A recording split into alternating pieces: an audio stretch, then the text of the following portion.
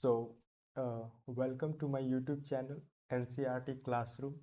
Today, we are going to discuss the complete NCRT solution of NCRT Class 9th Mathematics. And this is chapter number 1, Number Systems. So, in this chapter, we are going to understand the irrational numbers, real numbers, and how we can uh, express it in the form of decimal expansions, and how we are going to represent real numbers on number line, operations on real numbers, laws of exponents for real numbers, and finally we will summarize this whole chapter. So next, first of all, understand what is number line. So in your earlier classes, you have learnt about the number line and how to represent various types of number on it. So here you can see that there are various numbers like 0, 1, 2, 3, -2, -3, -1, and also you can see these numbers. These are 0, 1 by 4, 1 by 2, 1. So these all are in fractions. So 1 by 2 is in between 1 and 0, and 1 by 4 is in between 1 and half, 1 and half. So let's understand what is uh, the importance of this number line. So just imagine you start from 0 and go on walking along this number line in positive direction. As far as your eyes can see, there are numbers and numbers and numbers. So now suppose you start walking along the number line and collecting some of the numbers. So get a bag ready to store them. So suppose you are this person and you want to traverse through the number line. You want to go on the number line and try to pick up some numbers. So the main thing is that if you start picking up the numbers, you might be able to pick up numbers like 1, 2, 3, and so on. You know that this list goes on forever because there are a lot of numbers on the number lines and it can go to infinity. So now your bag contains infinitely many natural numbers. For example, 1, 2, 3, 4, 5, 6, and so on. So this collection of numbers can be denoted by capital letter, that is n. So this is known as natural number and it can be denoted by capital N. Now coming to the whole number. As you can see, you have already learned what are natural numbers. Now coming to whole numbers.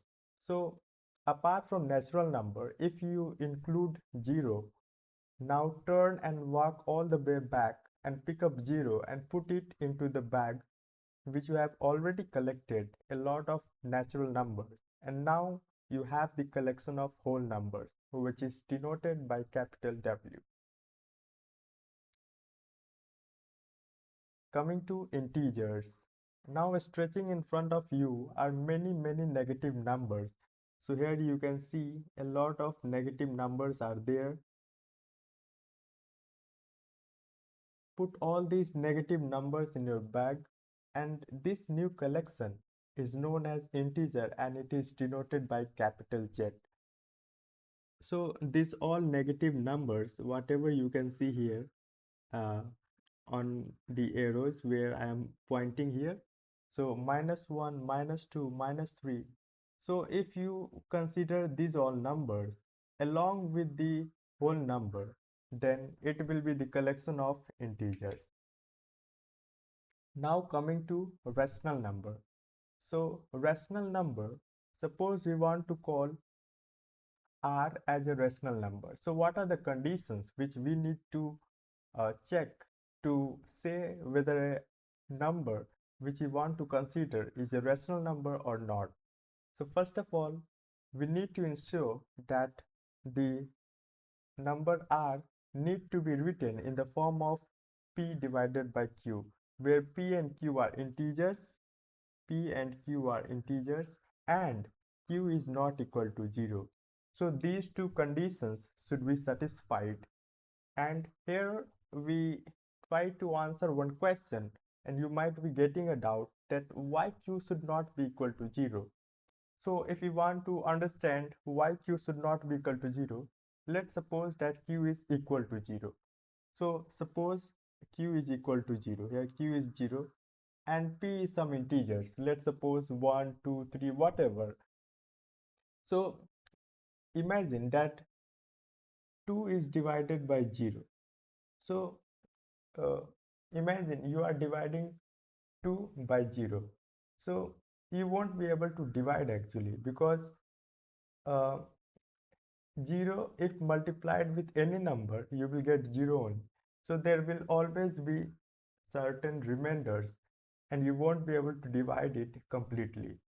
So that's why q should not be equal to 0. We do not consider q equal to 0. So this is the formal definition of rational number. So let's read it out. A number r is called a rational number. A rational number if it can be written in the form of p by q, where p and q are integers and q is not equal to 0. So these are the two conditions which we need to follow, or which need to be satisfied in order to call these numbers as a rational number. So for example, here we have considered minus 25. Minus 25 can be written as minus 25 divided by 1. So we get the same answer as minus 25, but it can be written as like this. So here you can see that this minus 25 is also an integer and 1 is also an integer. And this denominator q is not equal to 0. Hence we can say that this number is a rational number. So understanding this all, we can say that natural numbers like 1, 2, 3, these all can also be written in this form. Like I have explained you how this integer is written in the form of p by q. So in the same way, we can write natural numbers, whole numbers, and integers in the same manner in the form of p by q by dividing by 1. So this can also be written in this form, hence it is a rational number. So therefore the rational numbers also include natural numbers, whole numbers, and integers. These all are rational numbers. Now you also know that rational numbers do not have a unique representation in the form of p by q, where p by q, p and q are integers and q is not equal to 0. This is the formal definition of rational number. Rational number, not natural number. It's a rational number. For example, 1 by 2 is equivalent to 2 by 4, is equivalent to 10 by 20, is equivalent to 25 by 50. Here are certain equivalent rational numbers I have taken for example, and so on. So these are equivalent rational numbers. However, we say that p by q is a rational number, or when we represent p by q on the number line, we assume q should not be equal to 0 and p and q have no common factors. So however we want to represent this on the number line or this on the number line, we will represent its simplest form, that is 1 by 2. So 2 by 4, the simplest form is 1 by 2. 10 by 20, the simplest form is 1 by 2. 25 by 50, the simplest form is 1 by 2. So if you want to represent these all equivalent rational numbers, then we will first of all simplify the number, and the number which is in the simplest form where no common factor other than 1 is there. So suppose p and Q have no common factor other than 1. So P and Q are co-prime. So P and Q do not have any common factor. It means P by Q is in the simplest form. So let's suppose that 2 by 4. If we convert it into simplest form, it will be 1 by 2. And it cannot be further simplified. So this is the simplest form. And if we want to represent this on the number line, we will represent this particular number. Although every rational number is equivalent here, but we will consider the simplest form where there is no common factor other than 1 and Q is not equal to 0. Now see certain examples to clarify your understanding, to improve your understanding. So let's see first example. First example says, are the following statements are true or false? Give reason for your answers. First is, every whole number is a natural number. So in order to understand this, you must understand what is whole number actually. So whole number is 0 and natural number. So every whole number is a natural number? No, because 0 is only whole number. Natural number starts with 1, but whole number starts with 0. So we can say that every whole number is not a natural number because 0 is not a natural number. Every integer is a rational number, as I have already told you that here you can see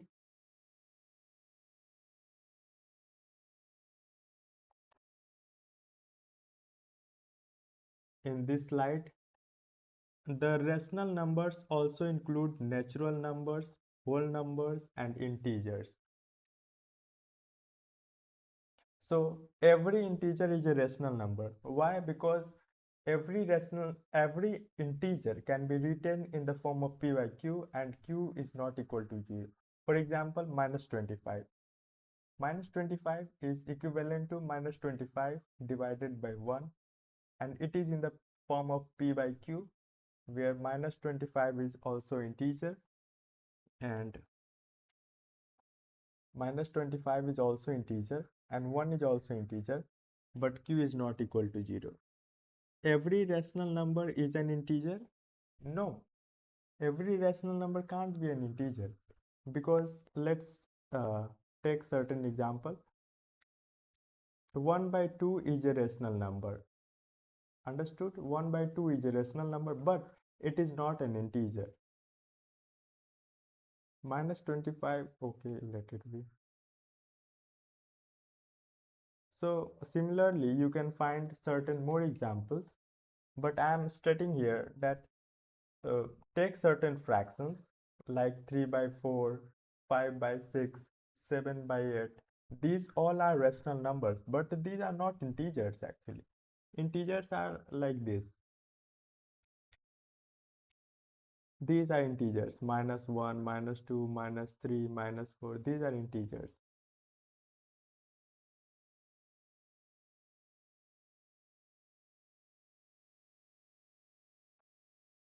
Now, second type of example is inserting rational numbers between any two numbers. So, suppose uh, we want to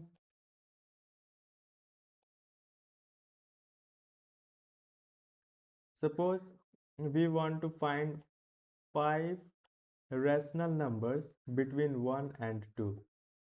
We want to find 5 rational numbers between 1 and 2. So we can approach this problem in at least two ways. So first one is suppose we have to find a rational number between R and S.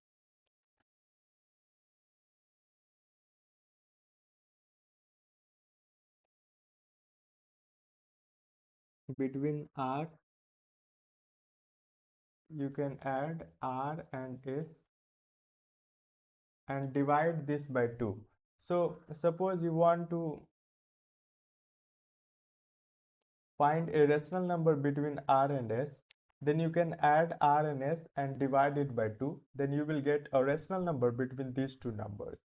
And if we continue this process until you get 5 rational number, then you will have 5 rational numbers at the end.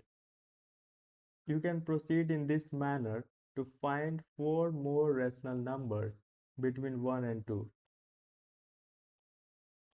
So these 4 numbers are 5 by 4. These are 4 numbers which you have got, which we can get after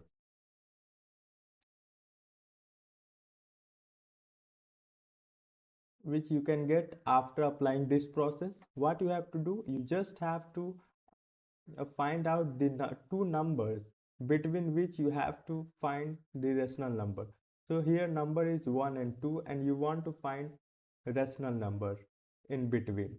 So you have to apply this formula R plus S divided by 2. This will be the number, a rational number between these two numbers.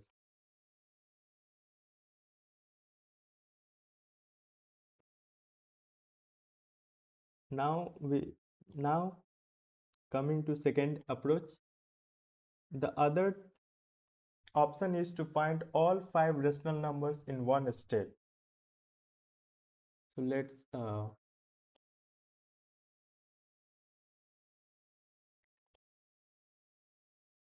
where is this arrow? I want this arrow. Okay.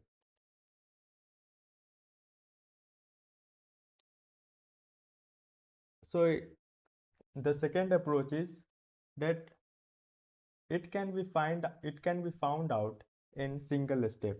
Suppose you want to find 5 rational number in between these two numbers, so you just have to multiply the denominator by 6. So we have 1 can be written as 6 by 6 and 2 can be written as 12 by 6. You just have to plug in the numbers between 6 and 12 and you will get 5 rational number. So the trick is, I'm not saying it is trick, it is actually a process in which if you are set to find out 5 rational numbers, you just have to multiply by 6 in the denominator and the numerator. It should be in such a way that denominator should be multiplied by 6. So if we multiply denominator and numerator by 6, you will get this 6 by 6. And if you want to find out 2 and denominator should be 6, then on the numerator side it must be 12. Now you can check that 7 by 6, 8 by 6, 9 by 6, 10 by 6, 11 by 6 are all rational numbers between 1 and 2. So 5 numbers are 7 by 6, 4 by 3, 3 by 2, 5 by 3, 11 by 6. These are in the simplest form of the above rational numbers.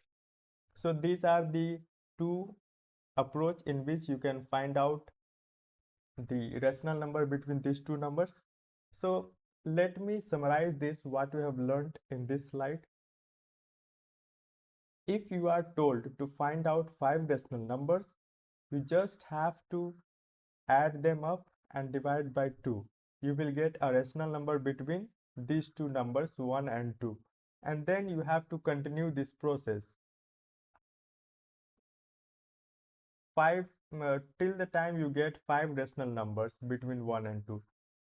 So first number will be 3 by 2 and then the number between 1 and 3 by 2 and then the number between 1 and the number which was between 1 and 3 by 2, and then you have to continue this process till the time you get 5 rational numbers. Second approach is that it can be uh, found out in one step only. So 1 and 2 and we want to find 5 rational numbers. Okay, 5 rational numbers. Then If you are told to find out 5 rational numbers, you have to multiply the denominator by 6, just one greater than the number which just one greater than 5. So suppose if you are told to find out 7 numbers, you just have to multiply denominator by 8. If 9, then you have to multiply the denominator by 10. This is the simple approach. Let me explain this once again. I think this is little bit trickier. So 1, it is divided by 6, and if we divide it by 6, we will have to multiply by 6 so that it can be in the form of 1. And similarly, if we multiply by 6, then in order to find 2, we have to multiply this by 6 also. So 2 multiplied by 6 by 6, you will get 12 by 6. And you just have to plug in the numbers from 6 to 12 like this. 7 upon 6, 8 upon 6, 9 upon 6, 10 upon 6, 11 upon 6. I hope you might have understood this particular question. Now, let's take a look at the number line again. How you picked up all the numbers? Have you picked up all the numbers? So till now, what type of numbers we have studied? Natural number, whole number, integers, rational number. But there are certain numbers which are still left on the number line and which we need to collect. So the fact is that there are infinitely many more numbers left on the number line. There are gaps between the places of numbers you picked up, and not just 1 and 2, infinitely many. So let me explain you this particular point.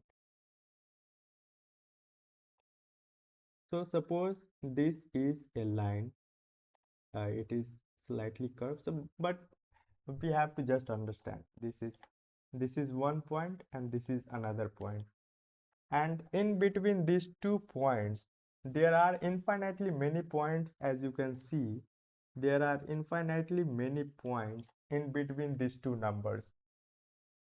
So only natural number, whole number, and rational number cannot fill these gaps. There are certainly certain numbers which are left. So these numbers, so we have to study about these numbers. The amazing thing is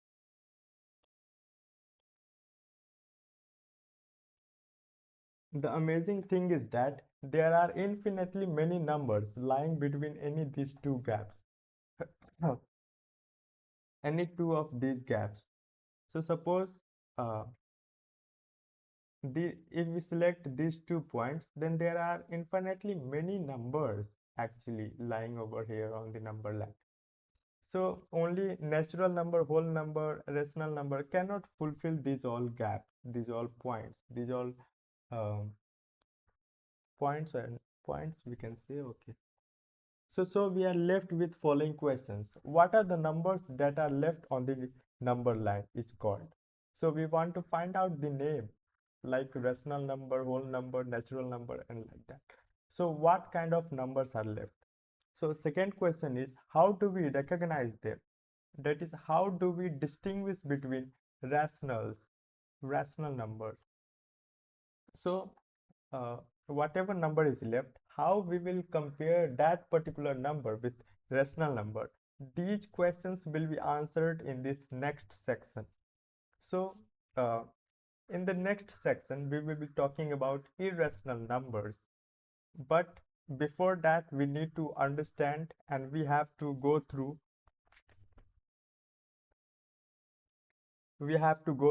certain exercises. So first exercise is exercise 1.1.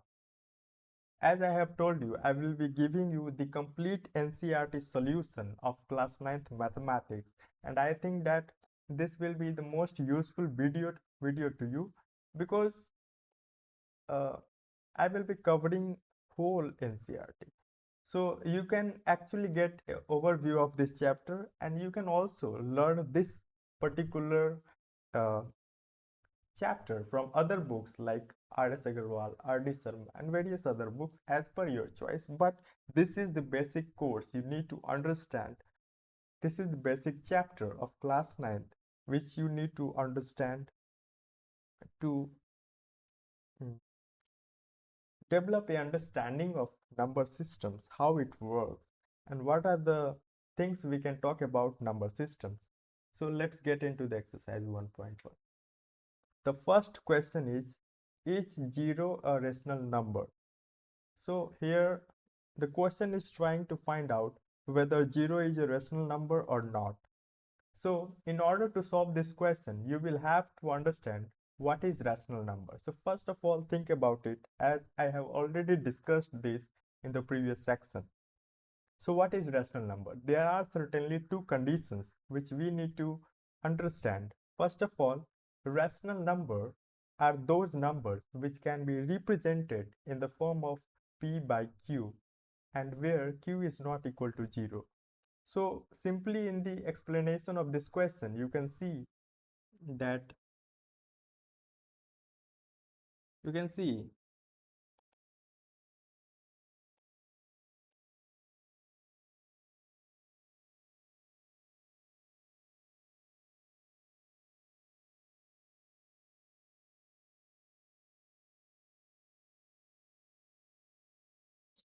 is 0 a rational number? Can you write it in the form of p by q, where p and q are integers and q is not equal to 0?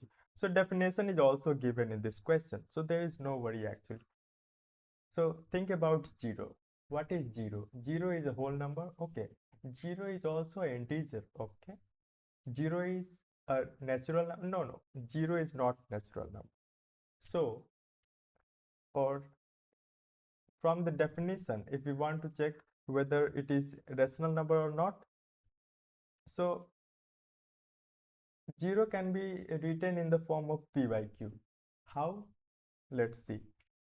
So we have 0 and it can be divided by 1, 2, 3, whatever number is uh, in the denominator, the resultant will be 0 itself.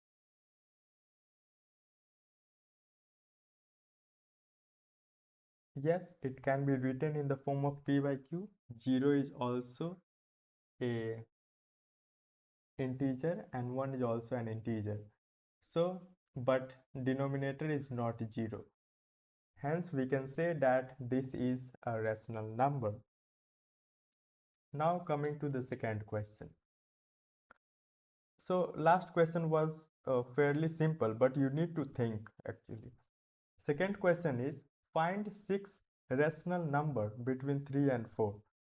So if you want to find out the numbers between 3 and 4, you have to mm, you have two approach to find this to find the answer of this question. First approach is to find the numbers between 3 and 4. I would like to explain you here. Let's get the explanation. So suppose this is a straight line and here it is 3 and here it is 4.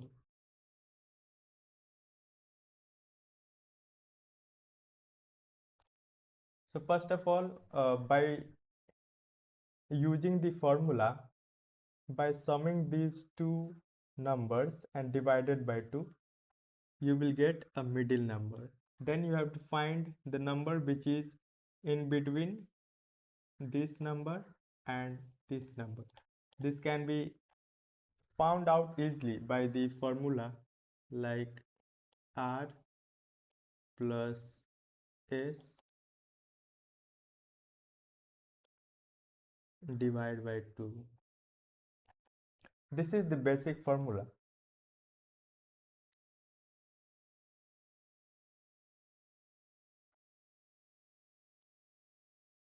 This is the basic formula which we have to use.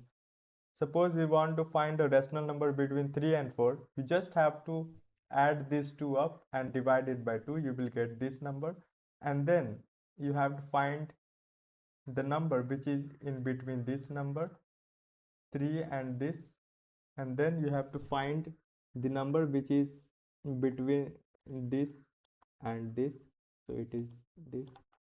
Similarly, you can find out various other numbers like between 3 and this number, so here it will be, and between 3 and this number, so with the help of that formula you can find the middle ones. So I'm just giving you hints, you can try it out at your own so that you can understand and perform at your own pace, or with the help of your own understanding of the subject. This is the answer actually. Here I have used second approach. How which type of approach is that? Let's see. So if you want to find 6 rational numbers, then you have to multiply 7 by 7 in the denominator. So how it will work? Let's see.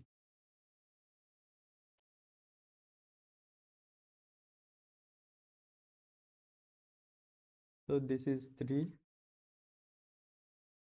So we want 7 as a denominator. So once we have multiplied 7 over here, we have to multiply 7 here also. Sorry for this type of writing, but yes, you can understand. Here also we have to make denominator as 7. So you have to multiply by 7. So in this manner, you can find out the numbers between 3 and 4, rational numbers actually, particularly rational numbers. Okay.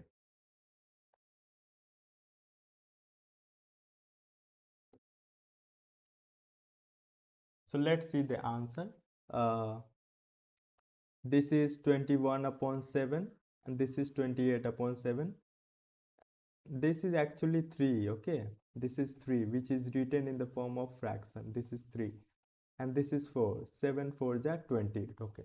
So now you just have to plug in the numbers between, you just have to plug in the numbers like 22, 23, 24, 25, 26, 27. The numbers between 21 and 28. So in this manner, you can get 6 numbers between any two numbers. So 1, 2, 3, 4, 5, 6. Okay, this is the 6th number which is in between 3 and 4. Here is the explanation similar to what I have already explained. So suppose you have 3 and 4 and we want to find out rational numbers between 3 and 4. So first of all, we need to find the number exactly in between 3 and 4. So this is the number. And then we want to find a number which is exactly between 3 and this number. So this will be this, by using the same formula, r plus s divided by 2. Whatever the number is, you just have to add them up and just divide by 2. So you will get the number which is in between that two particular number. The third question is, find 5 rational numbers between 3 by 5 and 4 by 5. So the same question here, the same question which I have already told you. Find 5 rational numbers, 5. So second approach is very simple. With the help of that approach, we are going to solve this particular question. 5 rational numbers between 3 by 5 and 4 by 5. If it is told 5, you have to multiply by 6, where in numerator and denominator. So let's see the answer. So before jumping into the answer, please try to think what I am doing here so that you will be able to learn and you will be able to understand by yourself, and in examination you can write with the help of your thinking. So I am here trying to develop your thinking So if question is asked like 5 rational numbers between 3 by 5 and 4 by 5, so you have to multiply by 6. Whatever number is set, you just have to increase it by 1. Like find 5 rational numbers. Then you have to multiply by 6, where in numerator and denominator both.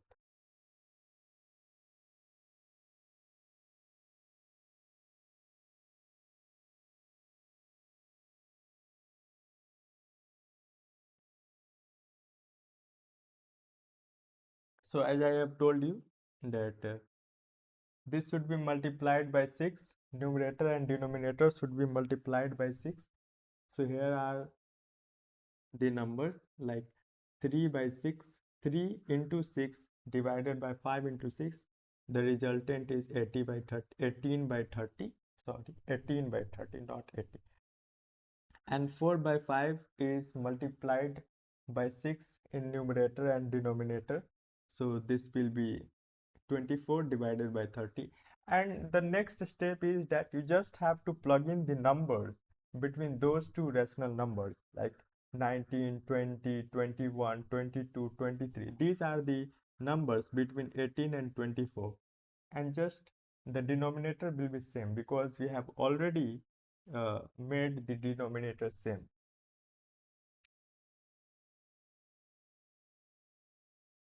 So the fourth question, I think this is the last question of this exercise, and then we will be moving to the next section and we will be talking about irrational numbers. And rational numbers, I think you might have already studied in your previous classes, but for a revision purpose or as it is given in NCERT, that's why we are trying to talk about this, actually this particular section, I think in this particular section. So chapter number 4. State whether the following statements are true or false. Give reasons for your answers. First, first question is every natural number is a whole number. So you just have to think what are natural numbers? What are whole numbers? What are natural numbers? Natural numbers are numbers like 1, 2, 3, 4, 5, and so on and so forth. So we have understood natural number. What is whole number? Whole number includes 0 apart from natural number. So 0 plus natural number is known as whole number, and only natural number is known as okay. Only natural number is known as natural number, and if we add 0, add 0 means if we include 0, then it will be whole number. So this is the thing. So let's try to solve this question. Every natural number is a whole number? No. Every natural number is a whole number. Yes, yes. Every natural number is a whole number. Because natural number 1, 2, 3, 4, and this is also a whole number. So first answer is true. Let's try to see the answer. So this is the natural number, list of natural number 1, 2, 3, 4, 5, 6, 7, 8, 9, so on. And this is the list of whole numbers 0, 1, 2, 3. This is extra 0, only this thing. So every natural number is a whole number. Yes, every natural number is a whole number because in whole number it consists of natural number and 0. So from here we can say that this statement is true. Now coming to second question.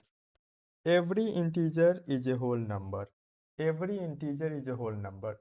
So in order to solve this question, you have to know two particular terms. What are integers? Integers are natural number, 0 and negative numbers. But whole number, it is only natural number and 0. No negative number is included in whole number. So every integer is a whole number? No, because integer consists of negative number, but whole number do not consist of that. So let's see the answer. So in between you have to think like that.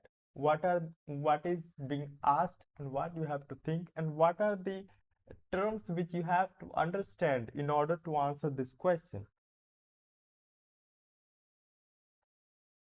So integers consist of negative number, as I have already told you, and whole number consists of 0, 1, 2, 3, 4, number like natural number and 0.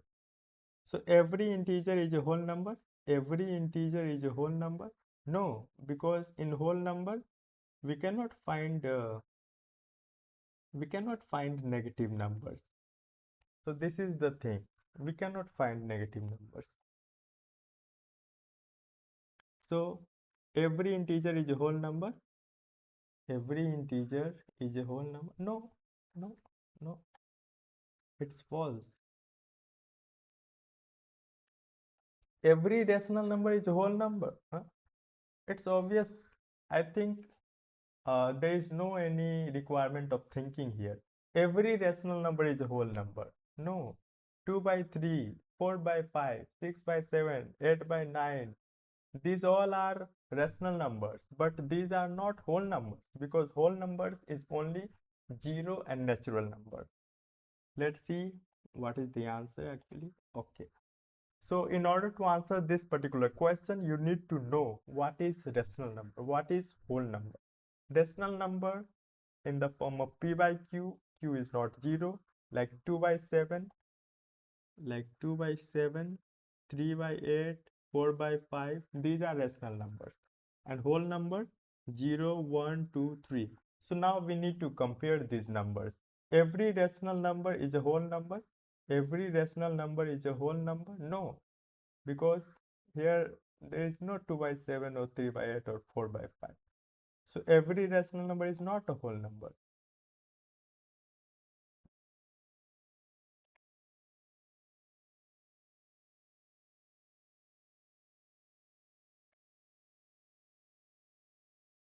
Huh. So now coming to second section, we are going to talk about irrational numbers.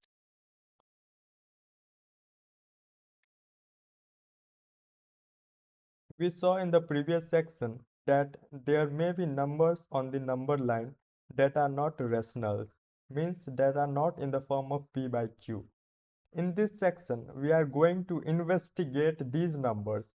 So far, all the numbers we have come across are the form of p by q, where p and q are integers and q is not equal to 0. So you may ask, are there numbers which are not of this form? There are indeed such numbers. Let us formally define these numbers. A number S is called irrational if it cannot be written in the form of p by q, where p and q are integers and q is not equal to 0. So the definition says a number S is called irrational if it cannot be written in the form of p by q. You have to understand the form p by q. P by q. Whatever number which cannot be written in this form is known as, sorry, there are certain problem here. Okay.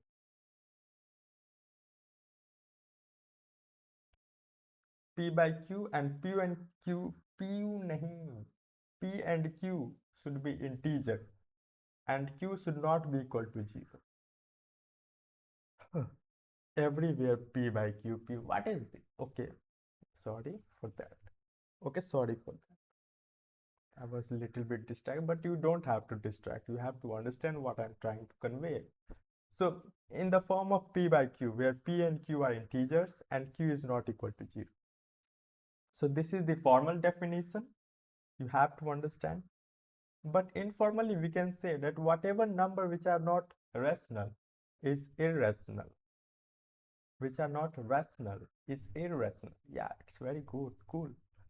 You already know that there are infinitely many rationals. It turns out that these are infinitely many irrational numbers too. Some examples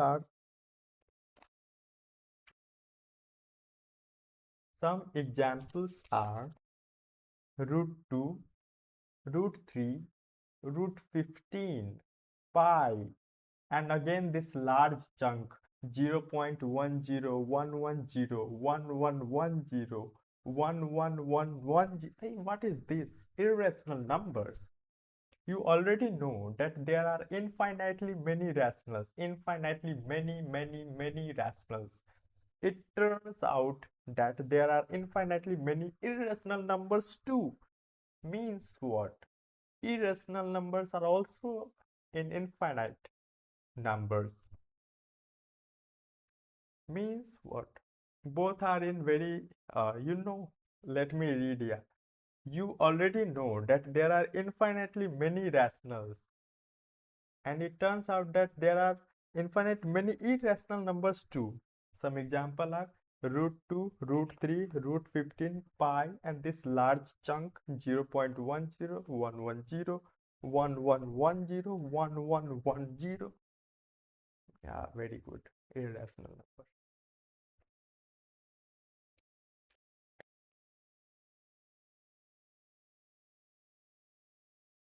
So, uh, in the next section, we will discuss why this 0.10, 110, 1110, and this chunk a and pi are irrational number.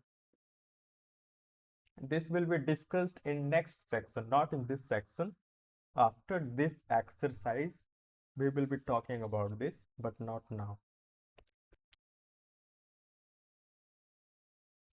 So there are certain importance line over here, which I want to read it out for you guys.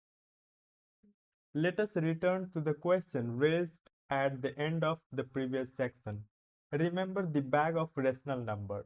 If we now put all rational numbers into line and the number is no, and it is not number, it is answer. Sorry for the mistake. If we now put all irrational numbers into the bag, will there be any number left on the number line? The answer is no. It turns out that the collection of all rational numbers and all irrational numbers together make up what we call the collection of real numbers, which is denoted by capital R. Therefore, a real number is either rational or irrational. So we can say that every real number is represented by a unique point on the number line. Also, every point on the number line represents a unique real number. This is why we call the number line as real number line, because every point on the number line represents a unique real number, and every unique real number, every real number is represented by a unique point on the number line. So this is the reason why we call the number line as the real number line. So these are the name of two mathematicians, German mathematician Cantor and Dedekind, showed that corresponding to every real number, there is a point on the real number line, and corresponding to every point, there exists a unique real number. So these are the two German mathematicians, Cantor and Dedekind. Now we will try to understand how we can locate some of the irrational numbers. Like I have given you certain examples like root 2, root 3, root 15. So how we can actually represent or locate these irrational numbers on the number line. So we are going to understand this particular concept with the help of example number 3. So the example says we need to locate root 2 on the number line. So we want to locate root 2 on the number line. So in order to do so, we will have to understand what is root 2. So we will try to understand root 2. But how we can understand root 2 if we don't know Pythagoras theorem? So let's have a certain time, certain investment of our time on Pythagoras theorem. So suppose this is a right angled triangle and this is A and this is B. So in order to find out the length of hypotenuse, there is a formula according to Pythagoras theorem. The formula says that whatever the side uh, other than hypotenuse, you just have to under root the sum of the squares of those sides. So if you have a side as A and other side as B, then in order to find the size of third side of right angled triangle, which is known as hypotenuse, you have to sum the square of these two sides, A square plus B square, under the root. So this will give the length of the hypotenuse. So how can we understand the root 2 from this formula? So you just have to put A and B equal to 1. Then the length of hypotenuse will be root 2, as I have shown this with the help of this particular diagram. Suppose this is A, okay, this is A, fine, fine. This is B, yes. Okay. So now we just have to put 1 in both. We just have to plug in 1, A equal to 1, B equal to 1. You will automatically get root 2 as the length of hypotenuse. So this is magic, no magic. Actually, this is mathematics. Sorry for that. Root 2.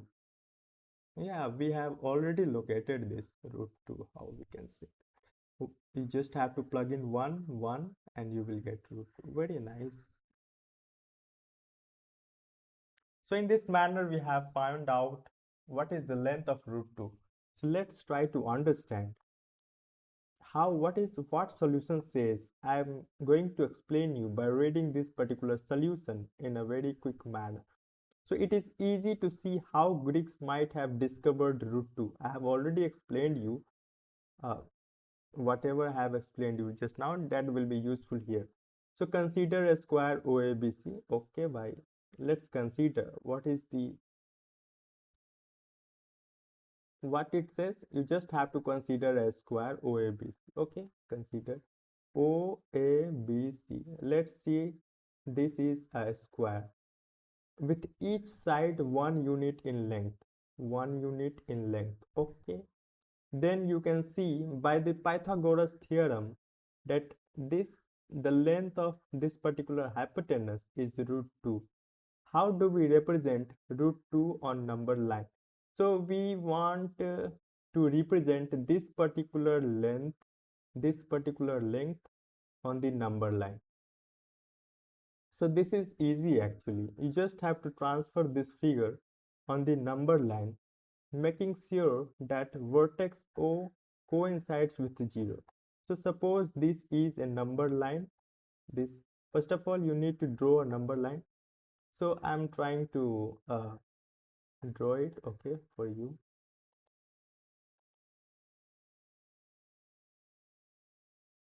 So you just have to draw a number line like this. Sorry for the little bit of mistake, but it's okay. You just have to understand what I'm trying to tell you. Now you just have to bring this particular box over here, and you have to make sure that this particular point O, the vertex O coincides with 0. So you just have to pick up this particular box and you just have to set up on this number line.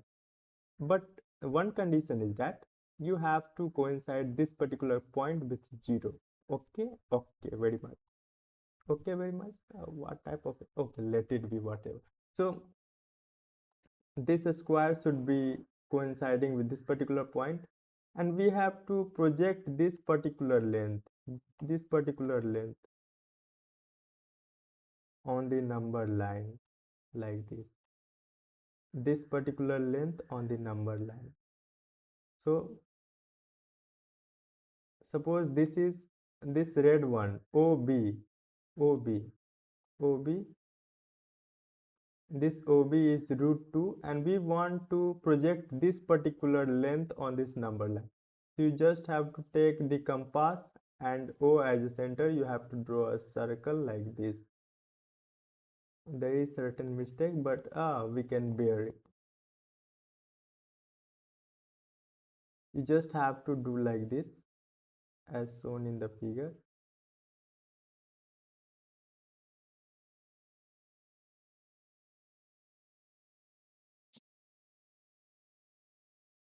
I think you might have understood or not. Uh, I'm not able to understand whether you have understood or not. Let me explain it at once.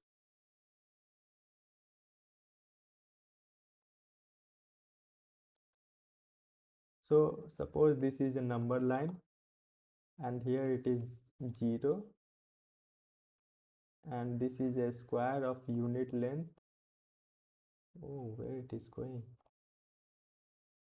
Suppose this is a square of unit length. Here it is 1, here it is 1, and according to Pythagoras theorem, this is root 2. This is root 2. This is root 2 actually. So what our aim is here is we have to project this particular length, this particular length, this, yeah, this particular length on this number line. So for that you just have to do like this. You just have to measure the length by using compass. You can easily do it. Like you have to put your compass over compass. If you don't have compass, don't worry, I will make you understand, don't worry. You just have to project whatever you have. You, with the help of that, you have to project this particular length on this number line. Suppose if we use compass and this point goes like this, so this particular point, the length from here to here is root 2. The length from here to here is root 2. In this manner you can understand. I think this is more clear. This is 0 and this is a point which is the projection of this. Projection means you just have to rotate this point about O. So after rotating point about O, you will get this particular point, which is representation of root 2. I think this is more clear.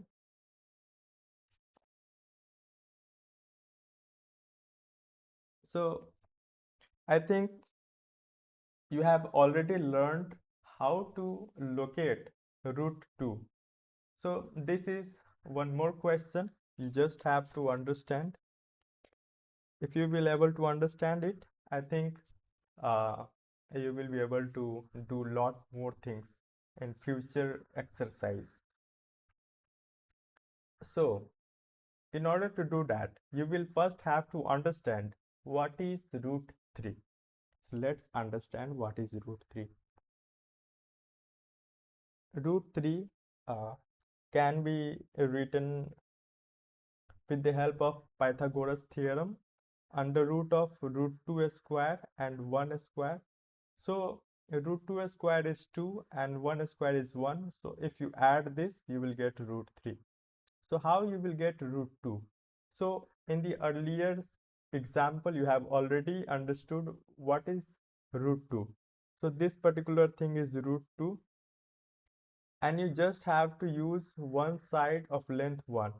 So this will be 1, and again using Pythagoras theorem, the hypotenuse length would be root 3. So with the help of earlier example, you have already located root 2, but if you add 1 in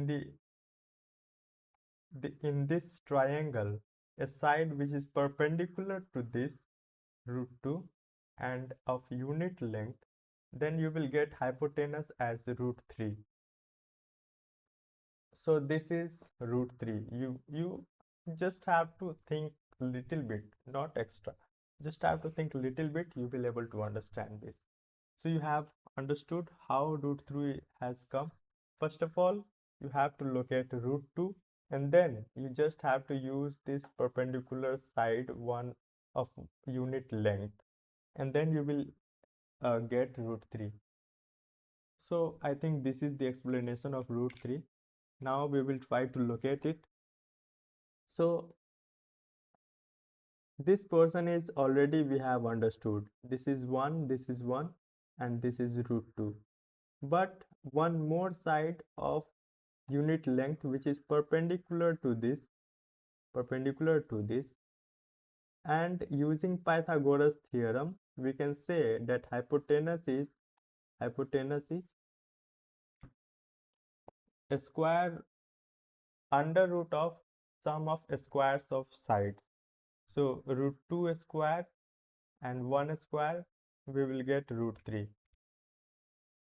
So now our aim is to project this particular point on the number line. So if we try to project this particular point on the number line, the same length OD is same as OQ, the same length. So this will be root 3. If we try to project this point on number line, this will be root 3. So in the same way, you can locate various other numbers. Like if you want to locate root 4, you just have to add one more side which is perpendicular to OD, and then you will get root 4. How? Under root of root 3 square, 1 square, adding them, you will get root 4. So in this manner, you can get a square root spiral. If you just have to keep on doing like this, sorry, you just have to keep on doing like this, you will inevitably get a square root spiral, and it will be uh, very infinitely. You can keep on doing like this, making root 3, root 4, root 5, root 6, roots, and so on. So uh, this will become a spiral, a square root spiral. Now coming to second exercise. Second exercise. The first question is, state whether the following statements are true or false. Justify your answers. So this type of question we have already discussed in previous exercises also. So let's see. Every irrational number is a real number. So in order to solve this question, you have to understand what is irrational number and what is a real number. So I have already told you that real number. What is real number? Real number is a collection of irrational numbers and rational numbers. And if we represent the irrational number and rational number on the number line, then whole number line will be completely filled. So that's why we say that the number line is a real number line, because it consists of rational numbers and irrational numbers. So let's focus on this question. The question says that every irrational number is a real number. Every irrational number is a real number. The answer is true, because a real number consists of irrational numbers and rational numbers. So every irrational number is also a real number. Every rational number is also a real number. Let's see the example. So real number, here I have shown that real number consists of rational numbers And real numbers also consist of rational numbers and irrational numbers. So if we talk about real number, we are actually talking about rational and irrational both. So every irrational number is a real number. Every rational number is also a real number. Hence, the statement is true. You just have to think little bit so that you will able to understand this chapter clearly. Now the second question is, every point on the number line is of the form root m, where m is a natural number. Every point on the number line means we have a number line, and whatever whatever point we choose, you will be able to write it in the form of root m. We have to verify this statement. We have to understand what it is trying to tell you. Every point on the number line is of the form root m, where m is a natural number. So it is trying to tell you that we have that every point, whatever number is that, whether it is rational or irrational, it can be represented in the form of root m, where m is natural number. So let's see what it talks about. So we see that 0 is also on the number line, but 0 is not a natural number.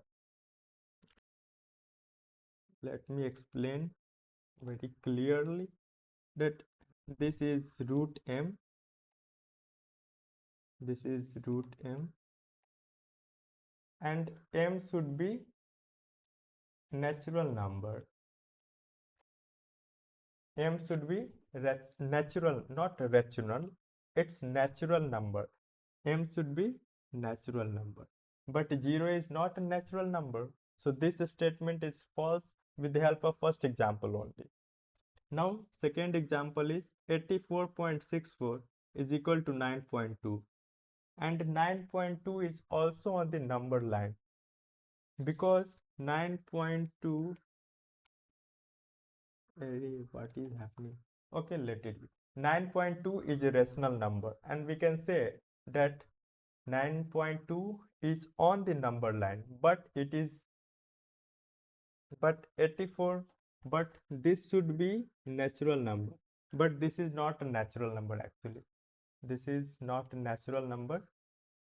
So we can say that every point on the number line is of the form root m, where m is natural number, is a false statement, because this is also not a natural number, this is also not a natural number. So we can say that this statement is false actually.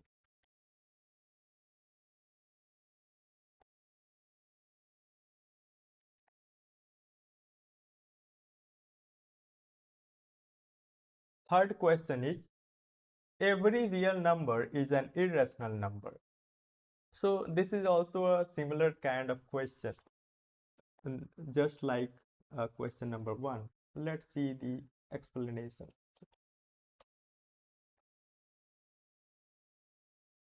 So as I have already told you that real number consists of rational number and irrational number, and these are the rational numbers. Why?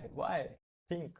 Because these are not in the form of p by q, and p is and q is not 0, and p and q are integers. 2 is integer, 7 is also integer, but q is not 0, means denominator is not 0. Okay. So what was the question? The question was, every real number is an irrational number. No, because real number can also be rational number. So this statement is false, because every real number is not an irrational number. It can be rational or irrational, but it is not true that it is irrational only. So from this we can say that this question, I mean to say, is that this statement is false.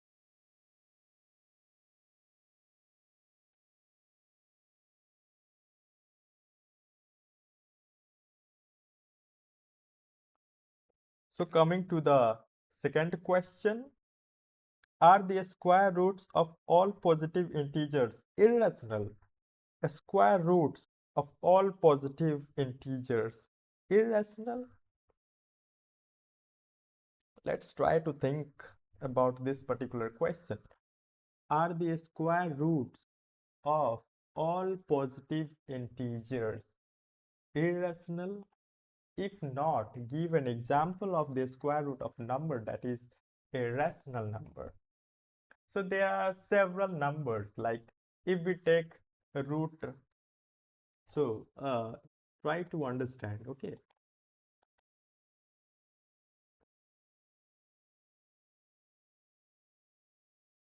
Are the square roots of all positive integers irrational? A square root of, let's suppose we have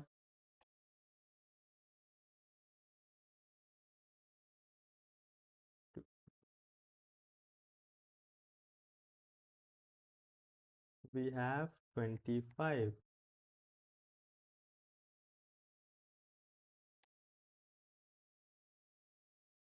We have 25. 25 is a positive number, and if we will take a square root, then the number will be irrational. But 5 is a rational number. So with the help of this example only, we can say that this statement is false. Are the square roots of all positive integers irrational? Not, of course not. What about root 2? Is it rational or irrational? I think it is irrational. I think it is irrational because if we find out the square root of 2, it won't be in the form of rational number. If we talk about root 49, root 49, the answer is 7. This is also a rational number. So there are several examples you can plug in here to say that the square roots of all positive integers need not to be irrational number because these are rational numbers.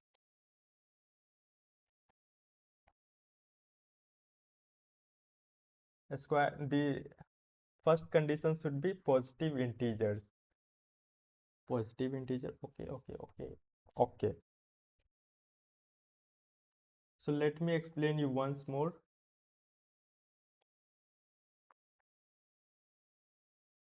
So what is this question? This question says that are the square roots of all positive integers irrational? The answer is no. Why? Because there are several perfect squares which is positive integers like 25, 49. These all are perfect squares. If we square root these numbers like 25, 49, the answer would be 5. The answer would be 7 in this case. So these all are rational numbers actually. So the final answer is no. Let's say 1.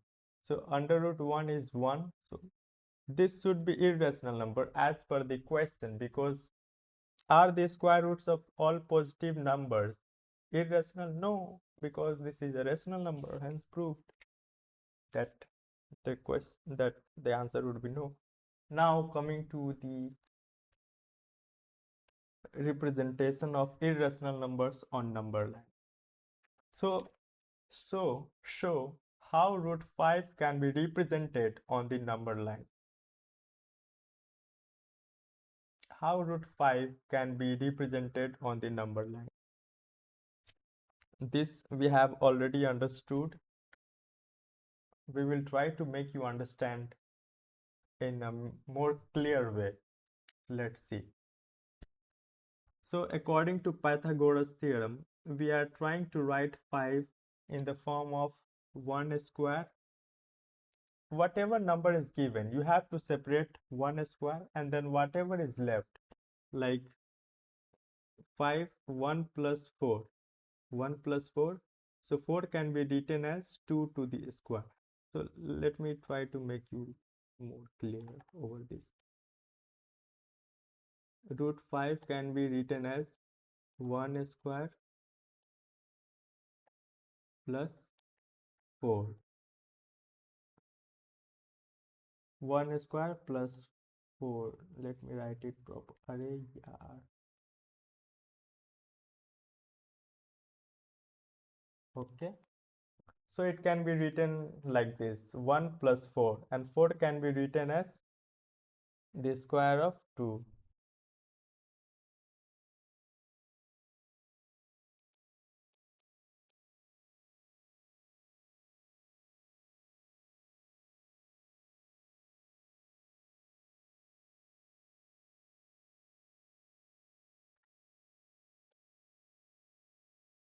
So now we say that root 5. How root 5 can be written? Root 5 can be written as 1 square plus 2 square. So one side should be of unit length and another side should be of twice, means 2 unit length. So suppose we have this as 1 and this as 2, then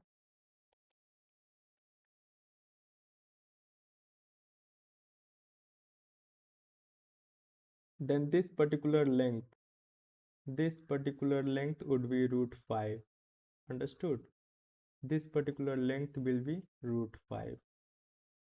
So you just have to project this particular length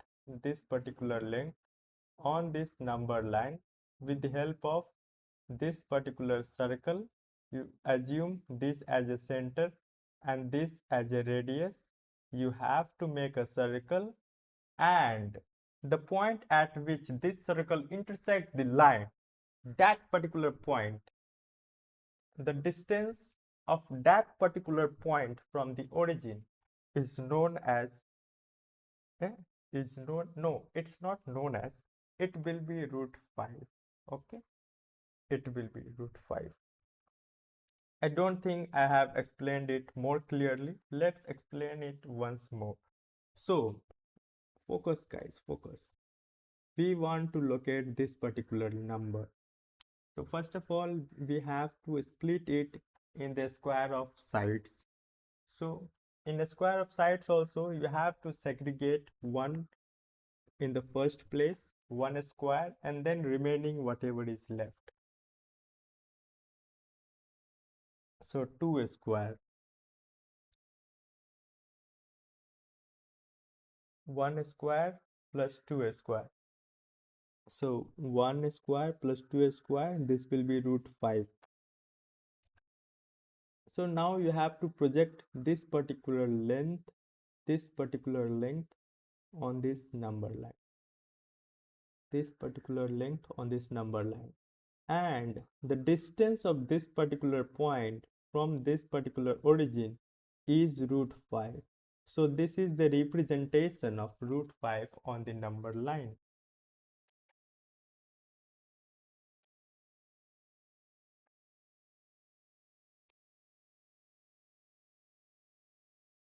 So this is actually a classroom activity. I won't be doing it over here, but I am trying to explain you this particular question. So the classroom activity, constructing a square root a spiral. Take a large sheet of paper. You have to take a large sheet of paper and construct the square root spiral in the following fashion. First of all, you have to start with point O. How you will be able to start? Let me tell you. Draw a line segment OP1. You have to draw a line segment OP1 of unit length. Okay, okay. And now draw a line P2, P3. P2, P3. Sorry. Draw a line segment P1, P2 perpendicular to OP1 of unit length. So OP of unit length and P1, P2 of unit length, but it is perpendicular to OP1. So 1 and 1. So according to Pythagoras theorem, we can say that OP2 is actually root 2. Now again, what you have to do, you have to uh, make a line segment P2, P3 of unit length in such a way that this particular length is perpendicular to OP2. P3, P2 is perpendicular to P2O. Okay. Then again, according to Pythagoras theorem, the square of this and the square of this under the root of sum of the squares of the sides is root 3.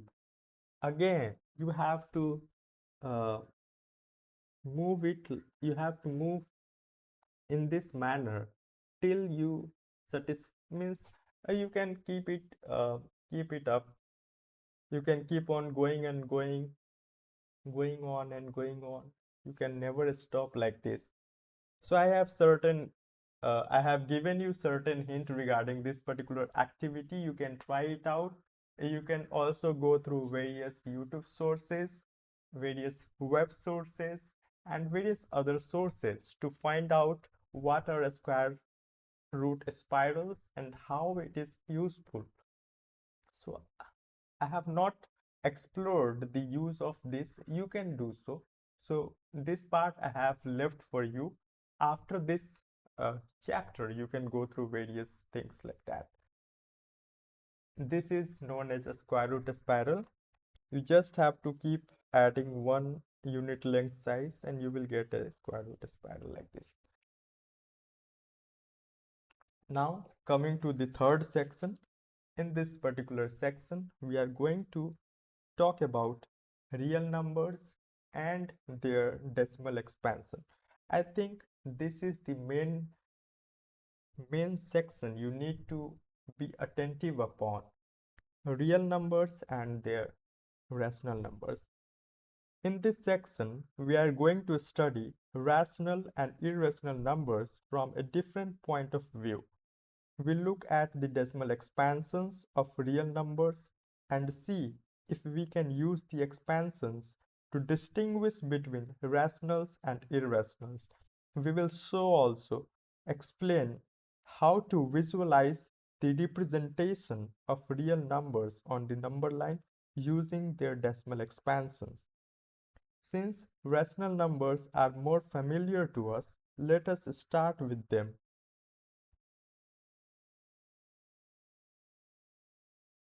So, pay special attention to the remainders and see if you can find any pattern. So I will help you out to find the patterns, what are these things, how we can use decimal expansion to find out whether a particular number is a rational number or an irrational number. So the decimal expansions of 10 by 3, you just have to divide 10 by 3. So 3 3s are 9, 1 remainder, and due to this decimal, this will be 0. And again, 3 3s are 9, 1 remainder and 0, 3 3s are 9, 1 remainder 0, and 3 3s are 9, 1 remainder 0. So what you have seen is that this remainder 1 is repeating itself. 1 1 1 1, and here quotient, this digit is repeating itself, 3 3 3 3 3 3 3 3 and so on. Now let's divide 7 by 8. So you have to put decimal over here. and this will be 70. 8 8 ja 64, 6 as remainder, again 0. 8 7 ja 56, 4 0. 8 5 ja 40 and 0. So this is, in this division we have seen that there is no remainder left and digit is also not repeating itself. Now coming to 1 divided by 7. So with the help of point, 1 0 will be there. So 7 1 just 7, 3 remainder, okay, 3 remainder. Then 0, 7 4 ja 28, 2 remainder. Then 0, 7 2 ja 14, 6 remainder. Then 0, 7 8 ja 56, 4 remainder. Then 0, 7 5 ja 35, 5 remainder 0, 7 7 ja 49, 1 remainder 1. So we can say that uh, remainders were 3 2 6 4 5 1, 3 2 6 4 5 1, and digit is 142857. So the main thing which you can find over here is that again you have got 1. So again you have to divide this 1 by 7, and the question was also the same, 1 divided by 7. So again you have to repeat this process. What does it mean? It means that this particular digit will repeat itself because the remainder will repeat itself. So the remainder will keep on repeating itself and until we get 1. So you will get 1, again you will divide it by 7 and you will get remainders like 3 2 6 4 5, again 1, then again 3 2 6 4 5, again 1, then 3 2 6 4 5. So in this manner you will see that remainders are repeating itself and it is reaching to a stage where you have started.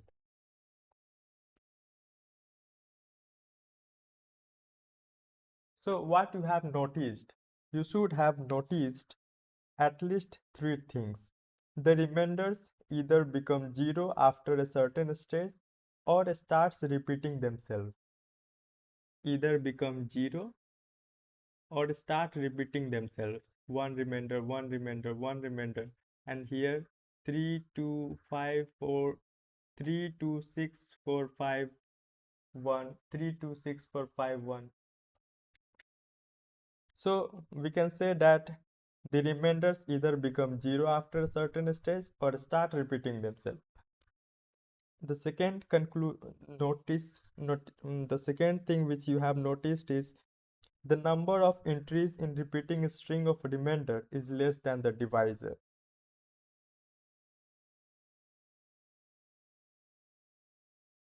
So in remainder, all the remainder is less than the divisor, that is 7. All the numbers is less than the divisor. This is the thing which you need to notice here. And the third one is, if the remainders repeat, then we get a repeating block of digits in the quotient. A repeating block of digits. Suppose this remainder is repeating itself, 3 2 6 4 5 1, 3 2 6 4 5 1. Then the block of digit will repeat itself, 142857, then again 142857, then again 142857. This block of digits keep on repeating. These remainders will also keep on repeating because you are starting question from here and again reaching the same question, and again you are reaching the same question and solving in the same manner. So you are bound to have a situation where a block of digit will repeat itself.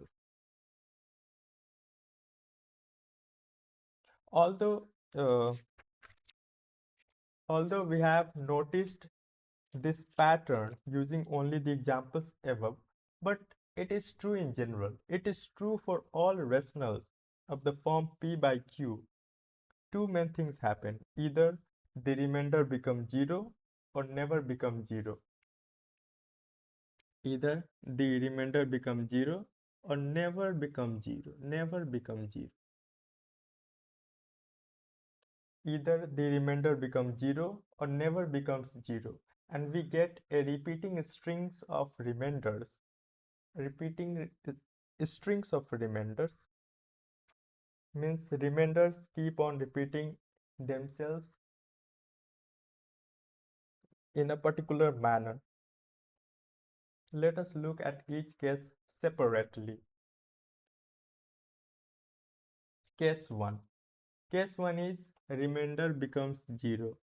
If remainder becomes 0, for example 7 upon 8, we found that the remainder becomes 0 after some steps, and the decimal expansion of 7 upon 8 is 0.875. So 0.875 is a, we don't know what it is, but 0.875 is a quotient. So if we divide 7 by 8, we will get this answer. So this is actually the answer of 7 upon 8, and 7 is completely divided by 8, and the answer is 0.875. Other example are 1 upon 2, we have 0.5. Remainder becomes 0. This is completely divisible. Remainder becomes 0, and here also remainder becomes 0. In all these cases, the decimal expansion terminates or ends after a finite number of steps. In all these cases, we call the decimal expansion of such numbers terminating. In these cases, the decimal expansions terminate, means ends after a finite number of steps. So let's see, 8 divides 7, then the remainder is 0 and the remainder is 0, and the decimal expansion terminates, means 0.875 end, 0.875 and then terminates itself, ends after a finite number of steps. So this division has took only finite number of steps, 1 step, 2 step and 3 step. So only in finite number of steps this division has been completed. Now coming to case 2. Case 2 is the remainder never becomes 0. In the example 10 upon 3 and 1 upon 7, we notice that remainders repeat after a certain stage, forcing the decimal expansion to go on forever. In other words, we have a repeating block of digits in the quotient. We say that this expansion is non-terminating recurring. Non-terminating recurring.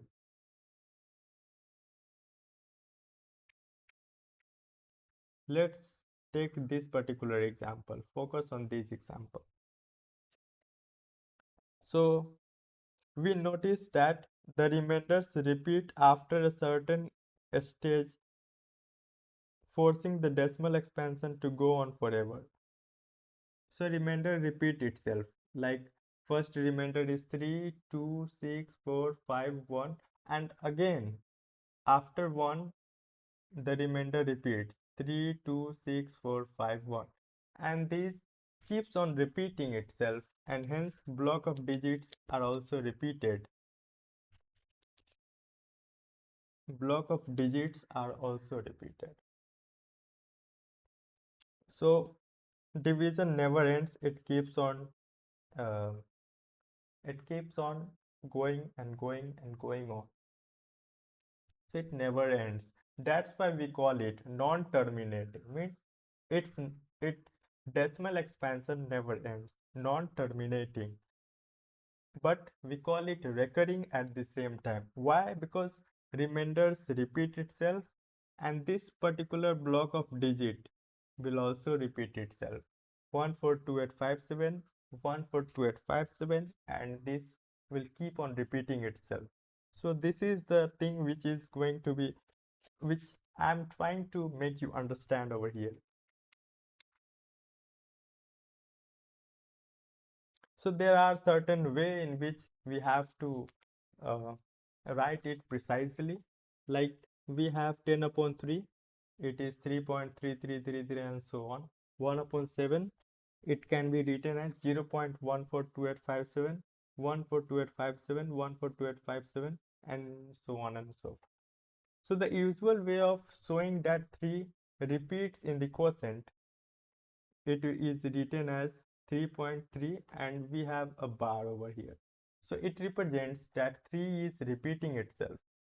Similarly, since the block of digit 142857, 142857, 142857 is repeating itself, so we need to put a bar on this 0.142857 and then a bar like this, a line over the number, where the bar above the digit indicates the block of digits that repeats itself. So for example, 3.5, 72, 72, 72. Here 72 is repeating itself. So we need to put a bar on 72. So all these examples give us non-terminating but recurring. Non-terminating but recurring. Recurring means repeating decimal expansion.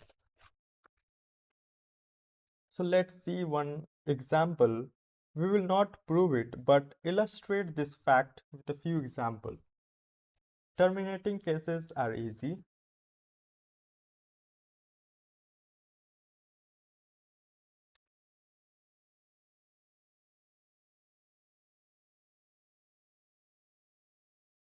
So coming to the example number 6. So that 3.142678 is a rational number. We need to show that 3.142678 is a rational number.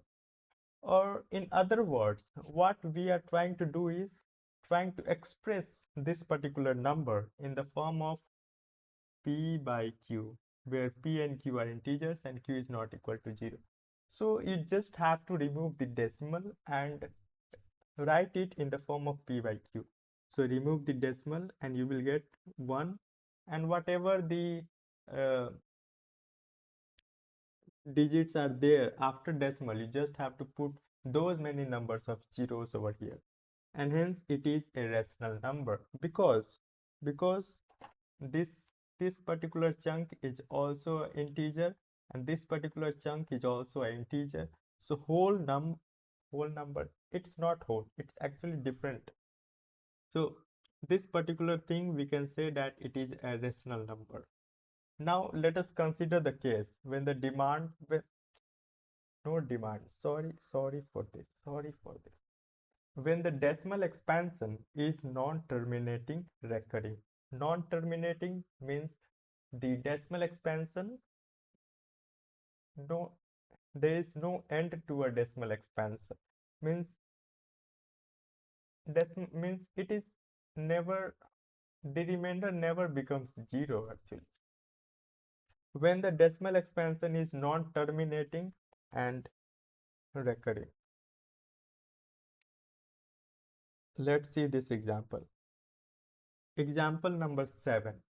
So that 0.333, which is obviously 0.3 bar, can be expressed in the form of P by Q, where P and Q are integers and Q is not equal to 0.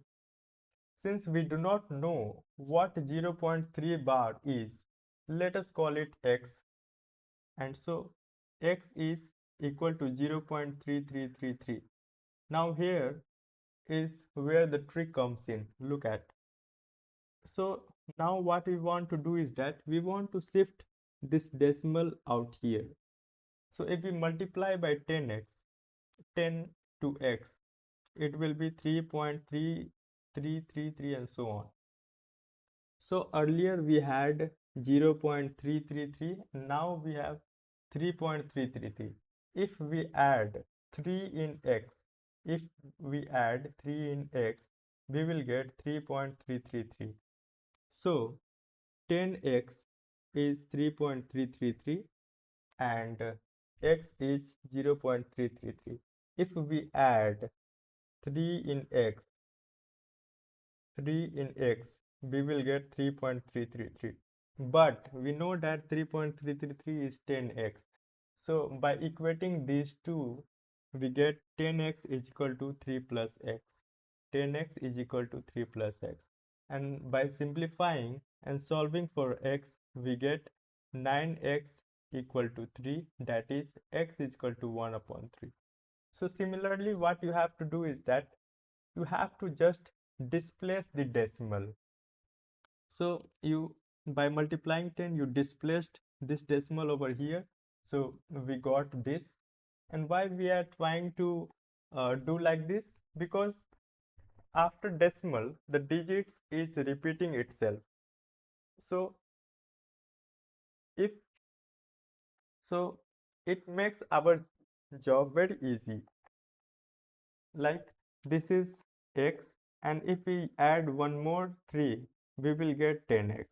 So 3 plus x is equal to 10x, and we can solve for x from here. So this is the simple example actually.